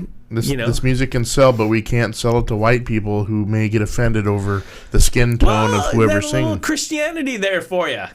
Right. Little Christian, and you watch these old films and people are like burning the records and stuff, and it's going to lead to This is what makes America great, man. Sex, drugs, and rock and roll, okay? It's not bombs. No. I mean, well, half the country thinks it's bombs. It's like, 40%. Make America great again. Yeah. Bomb. Make America great again. Listen to the Ramones. Okay. Cool. Right. Not a black band, but, sex, drugs, and rock and roll. How about Make America Make Great Music Again? And then in the 60s, too, all the great bands that came out of the across the pond there in England, right? British Invasion, man. The British Invasion was all blues. They stole all their music early on from the blues artists, the Rolling Stones. They were like, what, you don't know this music? Let me play it for you in my white British band. One of the earliest regional hits for the Rolling Stone was Little Red Rooster. Yeah. Yeah. And that's a good one. Yeah. And people are like, who are these white guys singing? See, and then we talk about racism and stuff, and then I just get even crankier. Yeah, I know. I mean, it's just like, I just want to. Yeah. And what are we doing in 2017? We've gone backwards. We have. Damn! Listen to me. It's not. That ain't no gravy. That ain't no gravy. Wallpaper paste. This is no 2017. That's right. We're gonna do introspective. Okay. Here's what we're gonna do. We're gonna By the way, 2 hour. I want to show. Here's the man. Okay. The real guy. The Harlan? Oh yeah. And you know what this pops up here? What? Guess who's gonna do the new Colonel Sanders? Rob freaking Lowe. Rob Lowe's gonna be Colonel Sanders. Yeah, he's gonna do. Look, they got him in a spacesuit and stuff. No, this is the real guy right here. Harlan Sanders. Yeah, you can't. Look at from the bluegrass state. Look at it. He's like, oh look, he's smiling. You want chicken? I give you chicken. He's smiling. He's like, I want to see him with the look on his face where he's like telling the people that the gravy is. Here he is. You gotta understand. That's a wallpaper paste. That's right. You can't be serving that. That's not my chicken. What are you doing to my chicken? But he was old. He was alive when we were growing up. And look at it. It's Norm Macdonald. Come on. You can't do that. Right. And then you can't bring back these kind of weird white Southern icon and the whole Colonel thing. Like I'm a member of the governor. Yeah. Of the state of Arkansas. I'm a colonel in the bluegrass. I got state. white hair. I could just do the goatee. I could. Don't you think? Ooh, I think so. Do the white suit. I think we should wear the white suits with a black bow tie one time, and which would be really weird as a vegan, since I don't even that tofu chicken. Got a crispy fried tofu chicken. I ain't putting those 11 herbs and spices on no chicken. No, I'm putting it on my tofu. Tofu, it's gonna be good. Of course, there's some things to be said. I mean, even as a vegan, man, you can have red beans and rice. Well, I mean, we love that stuff. When we were growing up, when we weren't vegan, I grew up with the Kentucky KFC. I mean, that was I grew up. I remember when they had barbecue chicken, the barbecue sauce. Oh God, yeah, they did. That was horrible. Yeah. Oh, well, I was reading about Colonel Sanders. Yeah. And then it was like, okay, I respect. And the guy's like crazy. He's working. He's yelling around. I mean, he's like everything you would expect from a Southern colonel. It's like always would be like, oh, he's walking in with this bucket of chicken, smiling. No, behind that is some. We'll get back to work. Angry Southern colonel is what I'm telling you. I will beat you where you stand. You better get back to work. You don't think those 11 herbs and spices are gonna make themselves? So he called the corporate gravy recipe wallpaper paste. I love literally. I love it. Right publicly, and the company's like, and at that point, it's like, why do we have this guy as a spokesperson anyway? Yeah. And then he called the. Remember when the extra crispy came out? Yes. The extra, which I think is still a thing. Yeah. Because he had the whole Kentucky Fried Chicken was original recipe, 13 herbs and spices and all that. The colonel himself actually that's what he sold. He sold his secret recipe for the herbs and spices, and it was back in the day when that's how you could make food. Like we don't have to do this. We could go upstairs in the kitchen, Jason. And we could get our secret herbs and spices, a little bourbon, a little more bourbon, a little more bourbon. Yeah, whatever. Not quite there yet. And then we'd be like, Jason, this is our secret recipe. Don't let the secret recipe out. And then you'd go out and you'd sell it and license it, and we'd make billions of dollars and done.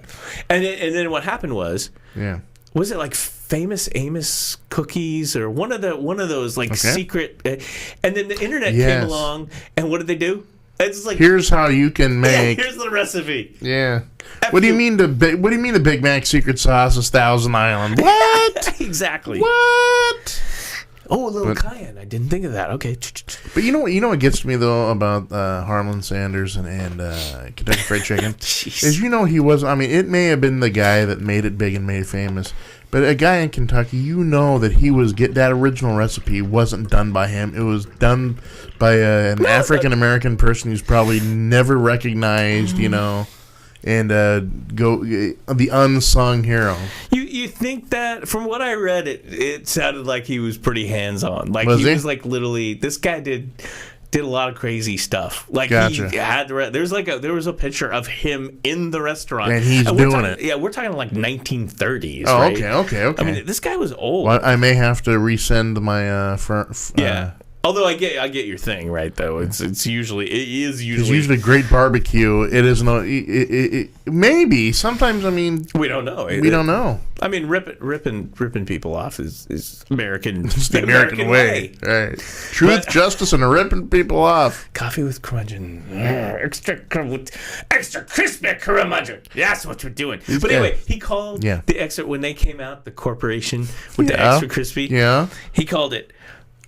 You just dipping some chicken in some bunch of flour. What you doing? That's what you doing. You call that extra crispy?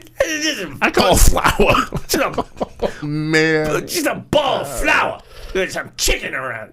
We need to. I'm okay. I'm going to look off screen here for a second because I'm going to talk to the interns now. What we need to do. Too much Colonel Sanders. Is we need you to take some Harlan Sanders DNA and we need you to clone some Colonel Sanders because the world needs Colonel Sanders right now. Okay, get to it. All right. Well, we do. I mean, it's like colonic Uber or whatever. Kill it, taxi. No, he doesn't even have a southern accent. What do you mean you drive around in your own car? What are you doing? Look, I'm just. Can't you drive around in your own car? I'm just pissed off because they just keep reviving this image of Colonel Sanders, and I think it's just tone deaf for the 2017s. It's not relevant anymore, in my opinion, and it's also that they've turned him into a cartoon. Yeah, and it's also that the Colonel Sanders was a real guy. He's actually really going into restaurants and bitching about the food and stuff, and we like that, and that's okay. But that time has come and gone, and now you can't get like Rob Lowe. And people, I mean, you might as well get Jason and I to do Colonel Sanders. I mean, why not? Why not? Just as believable, right? Get us in some white suits and. If we were in the boardroom in the company, yeah, here it would be. Okay, here's our pitch. Right, okay. We would actually have a thing on the internet, so to speak, and everyone would come dressed up as Colonel Sanders, like with that suit, right? Right. I am Colonel Sanders. Yeah. I am Colonel Sanders. Yeah. I am Colonel Sanders. Yeah. But I mean, it's just. Am I wrong about this? It just doesn't seem like the icon we want to kind of. Well, you see, present in 2017. We're curmudgeons. We are solidly ankle deep now in middle age, and our vision of Colonel Sanders is something that the kids today, the youngins. I wonder. What they have no recollection of. They have no reference point. I just wonder. Whereas we do. See, that's the thing. I just wonder who's this goofy guy in a white suit with the goatee and the weird tie, like. I'm on my app. I don't get it, right? You know what I mean? It just seems so irrelevant. It is. It's a shallow version. Like I said, man, it is almost like Pat Boone singing Tutti Frutti. Yeah. You know? Exactly. It's a remember to go to that camera when I look stuff up on the internet. Right. Yeah. I actually had some news. That gravy tastes like wallpaper paste. Yeah, no, and it's all beep. You guys are all beep. Quote. It was a quote. It was actually. I had to look it up. I was reading this. I was like, oh, okay, now I like this guy. I like this guy a lot. Right. That's not my original recipe. Yeah. Yeah. Hey. Damn, I can't stop. I'm in such a bad mood. And this is what I do. I do like Southern. That's cool. Just for the rest of the day, just talk like, Southern Colonel, bluegrass. Yeah, this day did not start good. I was looking at news last night. After I got sidetracked. There's a lot of always tech news. Is there anything going? We might as well just look at the headlines for a second. Trump orders review of national monuments, vows to end these abuses and return control to the people. Oh, yeah, how good. Yeah. Okay, and Coulter cancels Berkeley's speech after losing conservative group support. She was gonna go. We talked about that.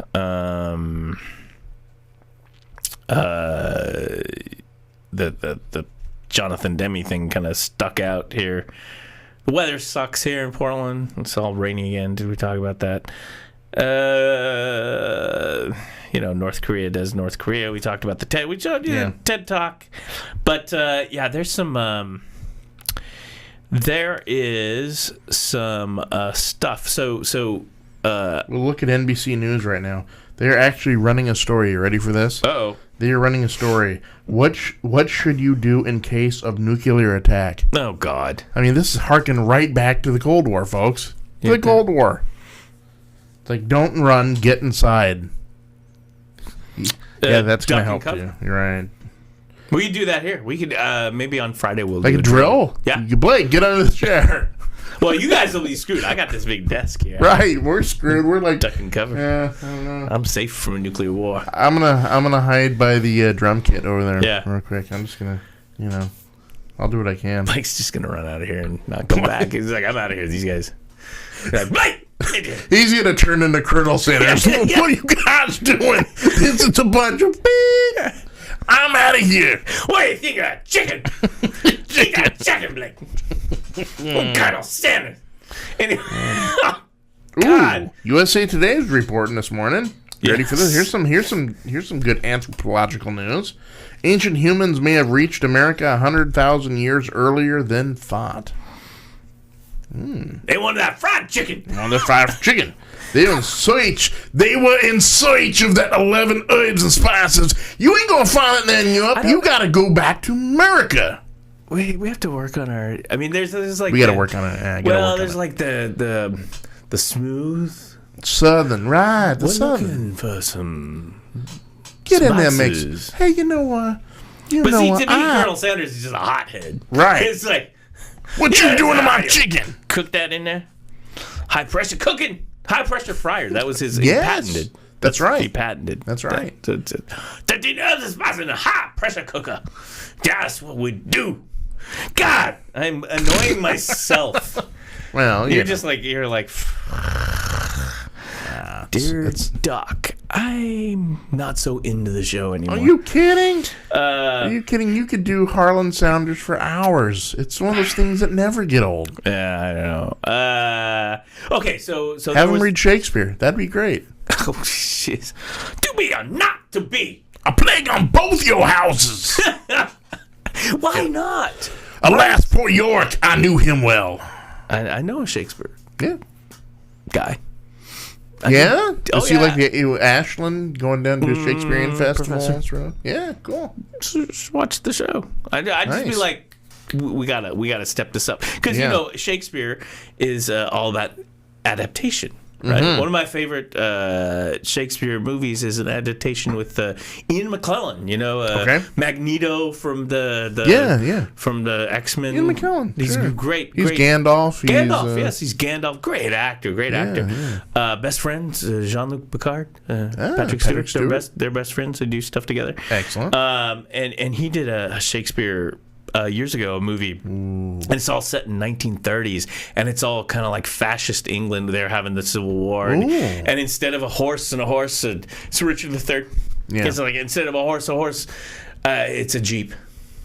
Yeah. It's wow. Good. It's real good. Interesting. One of the best. Oh, it's a great one. It's a great one. Interesting. So we could adapt Shakespeare. Yeah. For the white Southern fried chicken Colonel crowd. It's almost like Birth of a Nation meets Shakespeare, right? God. Welcome to the Racism Show, where Doc and Jason talk about racism. Two white guys. Ugh. Yeah. Wait, we're just not. It's just stop. 2017. Yes. We're supposed to be living together. We're supposed to be like on starships and going to other planets and working out people's problems. That's what. See, to me, that is one of the most. If we're going to go full curmudgeon mode, right? Mm-hmm. That's just one of the things that just saddens me to no end. Is that we suck. That we suck. As right. a world. And then we just. There's just nothing happy going on here. Right. We have 8 years and we elect our first African-American president. That's awesome. Things are, wow, maybe we're starting now just an embryonic phase of getting further as a society and as a people. And then we elect a total clown like Trump. And it's like we have learned nothing, Well, it goes beyond that. It's just we've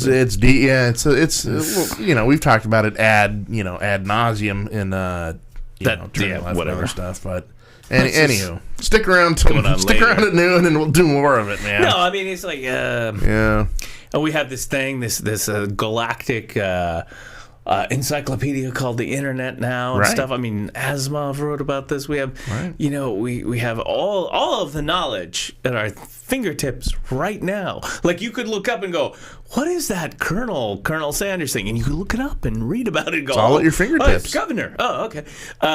It's all at your fingertips. But what do? We go on Facebook and get into fights with each other in the comment threads. Come on. Yeah. Yeah. Meanwhile, Elon Musk is like, see ya. Flying to Mars. Right.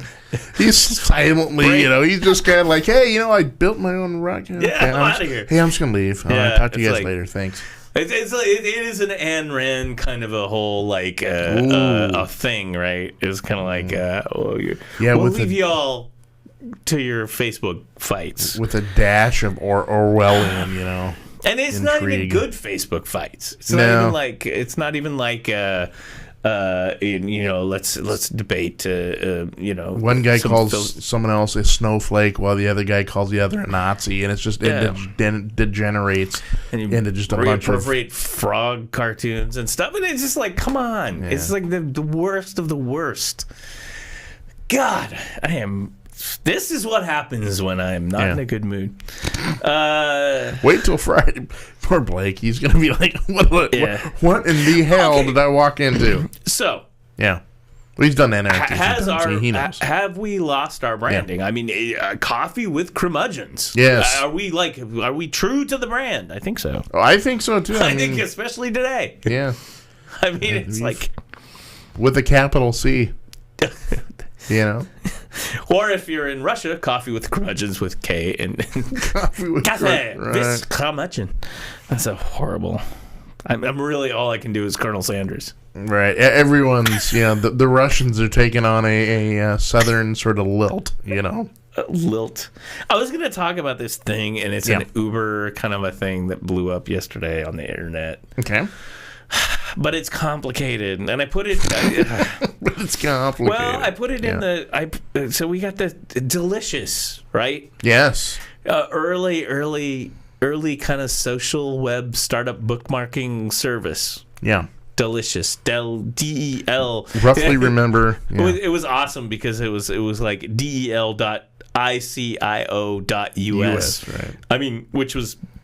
Really, I mean, clever. But they were successful. Yeah, and it was a great bookmarking service. And it was like, gosh, there's like pin something. I can't remember, but anyway, there's some other ones, but it's like a free bookmarking service. Everyone uses Facebook now or whatever. Yeah, but they're back. They're actually online. I can show you. I looked them up, and I was like, excuse me.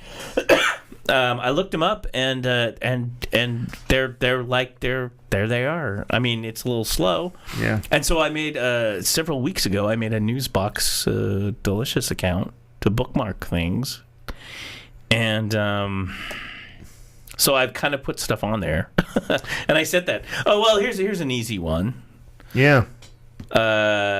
iHeartRadio is on its way to bankruptcy. Yep. Ooh, really? Yes. Yep. See, can I see? They way overextended themselves. Digital Music News, April 24th, 2018. iHeart declares bankruptcy. ... I don't know. I read this article and I don't know that the official equity owners there attempted to restructuring some 14 to 20 billion in debt. Yeah.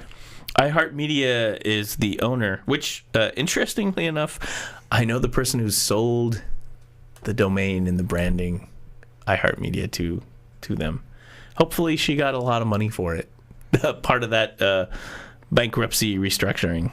We have some breaking news right now. Oh, you're kidding. Literally right this second. You ready for this? Is it Colonel Sanders related? Because... is there a Kentucky Fried Chicken tie? Yeah, you're gonna be doing full bore Colonel Sanders. There's actually two breaking things right now. Trump team rolls out massive tax cut package. Yeah, that. Oh wait, I thought that was tomorrow. No, he just rolled it out with like 3 minutes ago. Yeah. Let's see. Calls for big corporate rate tax cut. Is that down to 15%? And increases in standard deductions. And it's gonna go, man. It's gonna go through a huge uphill. No one is gonna want to. Yeah. No word on the wall yet. Well, so the thing, 35 to 15. Yeah. %. The thing about the wall was that they've been kind of it's going to take a little time to build that and fund it and everything, right? They were kind of like doing some backpedaling because they know they ain't gonna get it done. The Freedom Caucus. Mm-hmm. You know how they were at odds against Trump for the healthcare bill? Well, they have reached a compromise. Freedom Caucus backs Obamacare repeal bill with new changes. Wow. Marie Le Pen. Yes. The runoff, right? Is runoff, yeah. So that's a thing that the National Front. We kind of predicted that though previously. So there's nothing that we didn't like kind of say, hey. Yeah, she's got a chance to do it, right? But she's running off against the progressive guy over there in France. So it's going to be progressive versus, that sort of thing. Yeah. Yeah, he's seen as kind of a newcomer, moderate, and it's going to be runoff. He did, in the head-to-head, he did out-get her in this last election now into a runoff. So it's going to be interesting to see the sort of changes Le Pen is going to try to make. She already made a couple. She actually told everyone that she's no longer with that party, the National Front. What? She dropped the party. What? Yep. When was this? This was over the weekend and into this week. She got, not as good as they thought that she was going to do in this last election, and in an attempt to be less of a right winger, she says that she has dropped support for the political party that her father created, the National Front. I see. I don't know that much about her, but she's her father did it, right? Yes. The dude he's just a full on nut job. He's the fascist party of well, it's a National Front. Yeah, National Front. Her latest thing to try to appeal to the center. Joined the National Front. He always was a little runt. Right. And you got to humanize yourself. You know that song? That's the Police. That's Sting. That's from the Police. God, you're right. Oh yeah. No. That's all I remember of the National Front. It was like, oh, there was a song once. The Police. They talked about it. Yeah, I can't get past Walking on the Moon. I always liked that one. It's a crazy drum track with lots of... Yeah. And huge on MTV. We'll save that for... I don't think I've ever seen the video. We wish we could make Le Pen Walking on the Moon. I wonder if Elon Musk listens to that song all the time. Right. Yeah. Right. We must get there. So here's important news. Yeah. In tech news. Excellent. Yes. Okay. Uber. It's always about Uber, right? And so it's Uber's world. You know. Well, so the New York Times did an Uber. I don't know, expose, a thing about what's his name, Kalanick or whatever, the CEO. Yeah. This guy. A real startup bro kind of guy. That's the problem right there. Part of the problem. Yeah, he had some... they did an in-depth New York Times thing, and there's some factoids that came out of there that kind of blew up on the internet. And one of the big ones is that... Uber kind of had their thing in their app, and then people started to. Some people love Uber, and other people are like, we don't like them. They're crappy business practices. They've got these things that they're doing. And for me, I hated Uber when they rolled into Portland and steamrolled into Portland. Right, and the problem is like there's taxi regulations and stuff, and some people hate taxis, some people don't. I know people who drive taxis. I know people who were impacted by Uber's business. These are good people who do good things, and so I'm not a big Uber fan. I'm not a big Uber fan of, and then Lyft, which is their competitor, LYFT. Yeah. They're like, no, we come in and we're a little bit better than that, and we'll work with the regulators and do stuff. Okay, sure. Whether or not that, I'm sure people are, well, Lyft did this or that, or whatever. But what happened was, in this New York Times article, it exposed that there is a service called Unroll.me, okay?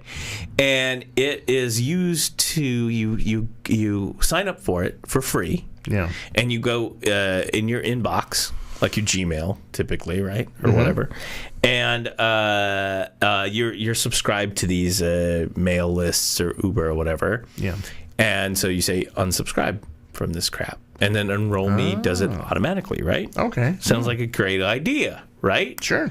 Well, it turns out that Unroll.me takes all that information in your inbox. Oh no! Yeah, and here's the punchline, and sells it to people because it's free, right? Yeah, you don't have to pay for it. Yeah. So what do you? Well, it's free, right? That is like the that's like the exact direct polar opposite of their service. Well, we're going to get you off lists as we sell your information to people to get you on even more lists. And so this story came out in this Uber article. Yeah. Like these investigative stories, and it's like, oh, this paragraph here was that Uber had used Unroll.me to buy data of people who were unrolling from Uber. And then they were buying the data from their competitor, Lyft. So in other words, so here's how it works. Jason, you use Uber. Okay. You decide, I don't want to use Uber anymore. Right. Or I don't like their business practices or whatever. Yeah. I'll go use their competitor, Lyft. Whatever. I'm going to go use Unroll.me. I'm going to unroll from the Uber. And then Uber comes in and goes to Unroll.me and buys your information from your inbox and looks at all the receipts that you paid at their competitor at Lyft, and all of that, and they get all that information. So now they know Jason is doing this kind of business with Lyft, not Uber. So there's a lot of problems here. And basically the Unroll.me CEO, and it's I think they were bought by a company called, I think it's called Slice Intelligence. That's the name of the company. Unroll.me was a startup. Yeah. And then they were bought out by this Slice. Gotcha. So this guy, Jojo Hedaya, who is the founder and CEO of Unroll.me, posts a blog post after all this came out. And the title of the blog post was "We Can Do Better."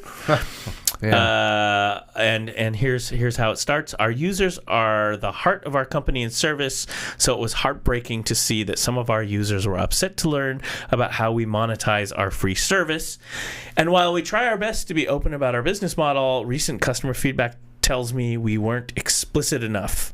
Sure, we have a terms of service agreement and a plain English privacy policy that our users agree they have read and understand before they even sign up. But the reality is most of us, myself included, don't take the time to thoroughly review them. Okay.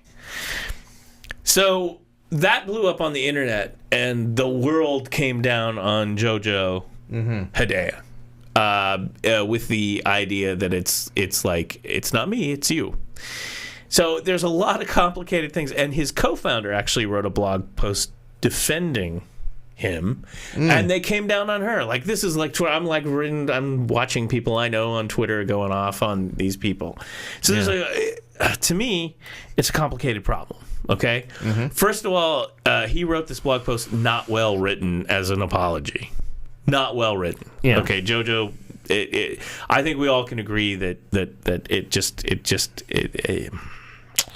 do it. You could do better. And that's number one. Yeah. Number two, the guy's totally dead on right that it says in their terms of service that, hey, for free, you sign up for this, we're going to sell your data. It's right there in black and white. Yeah. All right. The other thing is throwing it on people who are already pissed off at Uber and Unroll Me about this to say, well, just like you, I don't. Who reads the terms of service? Nobody does. That's true. He's being correct. He's saying the truth. I don't read that. Every time you update the iTunes Scroll or Apple, down and boop. Apple. You got iTunes on your computer? What happens when you upgrade your iTunes? They send you a terms of service gigantic freaking thing on your screen that you just, what do? Scroll down, accept. Yep. I mean, literally, that thing could say, we're going to come into your home, and we're going to take your kids, and we're going to send them to North Korea. We own you. And you'd say, yep. Okay. Sure. So no one does read those terms of service. Very true. Now, the point on the internet is you should have made that a little clearer. We're pissed that you're in our inbox. Now, I never... Okay, so here's the thing. And I had to do the curmudgeonly thing. I like something like Unroll Me. Great idea. It's a wonderful social idea. But at the same time, I know it's like, I don't think I want anyone in my inbox doing stuff. Okay? True. So I never would sign up for Unroll Me. It's like...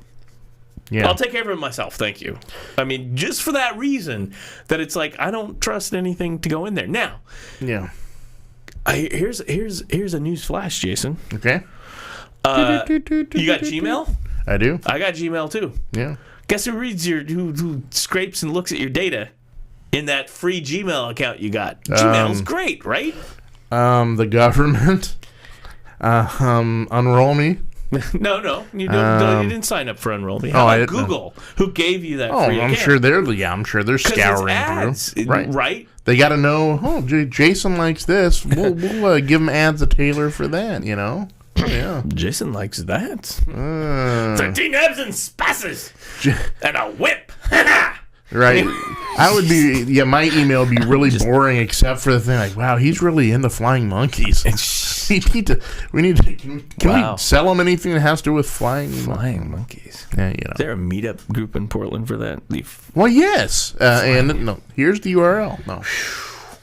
You're going to have to explain that one to me. Nah, that's the first thing popped out of my... It sounds legit. Yeah. Look it up on FetLife. Anyone knows me is like, anyway... So the thing is it's poorly written, and people just came down on this guy, and then his co-founder, this gal Perry Chase, tried to stick up for him, but kicked more dirt on him. Exactly. Yeah, she's like, I need to say something about the freak out in response to Uber and Enroll Me. Well, and granted, I think both these people.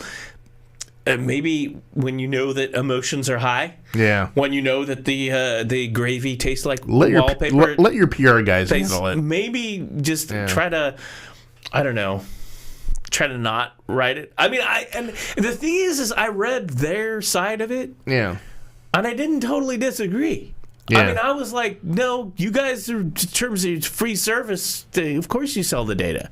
Yeah. But people are just like, this is a breach of things, and this is what's bad about technology in the world. And yes, it is. That's exactly what's bad about everything. So yeah, she was mad because she said, this guy's getting raked over the coals. Yeah. What's even funnier, I saved this. So I'm reading, and this is a great example of exactly what this is about, right? Yeah. So the debate is, you sign up for a free service, there's terms of service, and you grant them things because that's how they make money. How are they making money if it's free? Or they can charge you, and then you can have a privacy or whatever statement. But I go deleting my own Unroll Me, manually deleting my own damn emails because I'm not signing up right. I go on my mobile and on the Gmail Android mobile app. Okay. When you go into different inboxes and stuff, there's ads. There's little ads that come up. They're always dating sites too. Thanks, Google. Thanks, Google. I don't think that 22-year-old gal on Zeusk wants to dock normal. But anyway, so I go in there and I'm deleting email. I just had read all this stuff about this Unroll Me and it's call and response. And what do I find? Here it is right here. Like in my Gmail social, the banner ad is Unroll Me. Want to clean your inbox? Unsubscribe for those unwanted emails. It's an ad for Unroll Me. Right then and there. Oh. So I put that on Twitter. I was like, oh, how relevant. Which it could just exactly be relevant because of data mining, because here's the thing. They could be keying off words saying, oh, here's Doc Normal and Unroll Me keeps popping up. So let's give you an ad for Unroll Me. If reading blogs about Unroll Me, then show ad for Unroll Me. And this is Facebook. Yeah. Folks. Yeah. This is what this is the price. This is everybody. Yeah. So I mean, it just kills me how everyone gets butthurt about this stuff when it's like, now the data, and then there was a guy who claimed that he was a consultant, like a contractor, and worked for him, and they were actually storing all your email data on Amazon. That was I don't think that was substantiated. I don't know. I haven't looked at the news this morning. Yeah. So that could be bad. I think one of the issues, where I really have the issue is that isn't there Federal Trade Commission regulations about, like, you're my competitor, so if I go in and steal your competitive data, then that's stealing. I'm doing something illegal. Right. And to me, it's less about Unroll Me selling the data and more about Uber buying this competitive data. Like, aren't they liable? Yeah, because that's competitive data. No, that is true. I mean, you if they choose that's what they want to do, yes, you're culpable in that. But you're also culpable if you're selling that in the first place. I mean, you know, because you know that whoever's buying it is doing it for a reason that may or may not be totally legitimate. And true. True. I mean, to me, I just see that as the selling the data as being the white box. It's like, here's, and it's supposed to be the company, of course, claims it's in the terms of service anonymized. They don't sell, your name and all of that. They strip all of that and they just sell the data. Like it's supposed to be like analytics, data mining. It's not like, oh, let's read trending habits. But still. I mean, I get why people are upset, but I also, those T's and C's. I mean, someone did say, oh, maybe this opens up a larger issue of talking about terms and conditions, which has always been an issue. This is always, we had a thing back in the days when you'd actually go to a store. Yeah. And buy some software. Yeah. You remember that? Yeah. And in a package. Yep. In a box. Mm-hmm. And it was shrink wrapped. Yep. And you break the shrink wrap. Yep. This is my discs. Install the right? Right. Okay. Yeah. That's what you do when you install new software. Right. That's what I was doing over the weekend when I was bringing up a web service and learning about Docker containers. Anyway, sorry, I'm just a mess today. But anyway, there's terms and conditions sheet right there. Yeah. And you sell your firstborn when you break the shrink wrap. And lawyers and people before the internet were all like, "Oh, this is bad. We need some maybe some consumer protections." Right. Not in 2017. Not in these days. Yeah. No, you sign away everything. Yep. So, I mean... And you don't even own it, right? Because your terms of services... You do not own it. You were just licensed to view it and use it. It's not... Yeah. Yeah, no, you don't... Wasn't that really started, though, with Microsoft? They were kind of like the standard bearers of that? Yeah. Yep, you bet. Yeah, we can pin that. We can pin that on good old Microsoft. 95, right? Windows 95. Even maybe I would say even before that. DOS. It became an issue in the 90s. Yeah. And I worked for a software company too, so we dealt with these things. But it it became an issue like in the 90s. I pinned that. I'd pin that a bit on Microsoft. That's fair cop. But Excellent. I mean, like Facebook can. They have T's and C's. They can do anything. Yeah. Here's the thing. Like everything you do, like we message on Facebook, which sometimes I don't like because that's Facebook. Like they could read our messages. They could go. And I'm sure Jason's into monkeys. Jason's sharing. He's talking about flying monkeys again. Flying monkey pictures with Doc.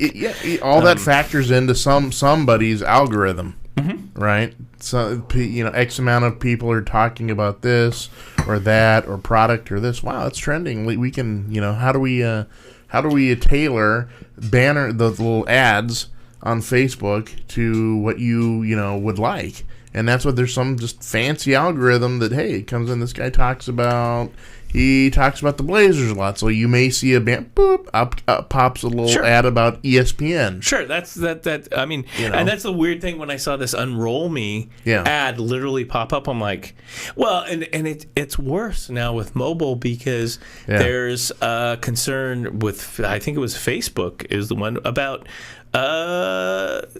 because we have Alexa now. Yeah. We have Google technology where you buy a device and you talk to it and it listens to you. And think Siri's jealous? Well, I told you that the lady who is the voice of Siri followed me on Twitter. Yeah. That's just random. I'm following you. Those things listen in, and they can listen into your conversations and get keywords. And it's like, oh, Jason's out of toilet paper. Maybe we'll send him an ad for toilet paper on Amazon Charmin. Prime. Next thing you know, there's Charmin. Yeah, and that's how it works. You know, I mean, privacy. Ugh. Ain't what it used to be. The only way you get privacy is HIPAA. Get rid of this. Or the healthcare HIPAA get rid stuff. Of all this. Yeah. Don't get an Alexa. Don't get those things. Nope. Get off the grid. I mean, it's real. Pull a Boxcar Willie and get off the grid, man. Boxcar Willie. There you go. Perfect example. There you go. I think that's a good ending to the show, actually. Boxcar Willie, good night, everybody. No, Boxcar Willie is the answer to everything, ladies and gentlemen. He's a sage, man. But, I mean, there's a whole own your own data and all that stuff, and I'm getting back into code for reasons, unspecified reasons. We mentioned the website. We got a new website at NuzBox. We're working on that. I've been working on that and stuff. Wouldn't that be www.nuzbox.com? Yeah, but you don't even have to do the www. You can just put nuzbox.com. And it's only 6 letters. That's it. But there's a whole own your own data and that sort of thing, and I'm kind of getting into that. And there's people who are doing that, and I'm getting back reinvigorated with the whole kind of setting up your own blog and your own site and your own data and your own calling card. But here's the problem. Yeah. And I don't think we talked about this. Okay. I think we did the legislation that Congress put in that now your ISP. Remember, we're talking about enroll me in Uber in your inbox, selling your data. Yeah. Now your ISP, your Comcast. Yeah. Hello. Your Verizon or whatever. CenturyLink, whoever you belong to. Get to sell and look in your data too. Yep. And that's right on the wire, baby. Thank you, Republicans. It doesn't even get. Oh, you know what? I still say Democrats are. They're all. It's collusion. Okay. Ron Wyden. Yeah. Of Oregon. Yeah. Against it. Yep. Democrat. Yep. Senator. Our senator. Against these kind of things. Yep. I think Jeff Merkley probably too. Merkley was a big. Jeff 15-hour Merkley. Yeah. Hey, that's a stud in my book. I know. No, but yeah, both of them came out against and very vociferously. Right. So we like that. I mean, and that's good. That's we support that. Yeah. But yeah, I mean, it's like. So own your own data. Can I own my own internet connection? Can I run a wire over to Jason's? It's like, okay. Yeah. You know, it's getting more difficult. But if you have two cups in a fishing line, they're still monitoring it. Oh, wow. Well, and this is the whole thing with the Twitter and Facebook and this whole Mastodon thing that came up that I was talking about last week, which is a whole new, brand new open source Twitter thing, which that's been around. It's not brand new. It's just new service that brought about, the federated kind of thing. Just a new brand. So, I mean, I'm all for it. We're bringing up our websites and our NuzBox. We'll see how that impacts things. Sure. We won't sell your data. No. Or maybe we will. You never know. We got to fund, listen, the studio needs funding, right? Yeah. We want to become international playboys, so that's going to take lots of funding. Okay, we got an image to uphold. It is hard work trying to be Harlan Sanders. Okay, that's right. We need white suits. We need the bow ties. We need the southern. We need voice coaching for southern drawl. Yeah, we need to wake up in the morning. But we need good wake up Richard's outside too. Oh, is he? Maybe. Probably. Outside like. Why do they keep talking in southern language? What's going on there? All right, final words. Take us out, dude. That's it. I'm this. You know what? The final words are this, Jason. Okay. Are you ready? Hit it. Engrave it. It tastes like wallpaper paste is what it is. Damn it. See ya.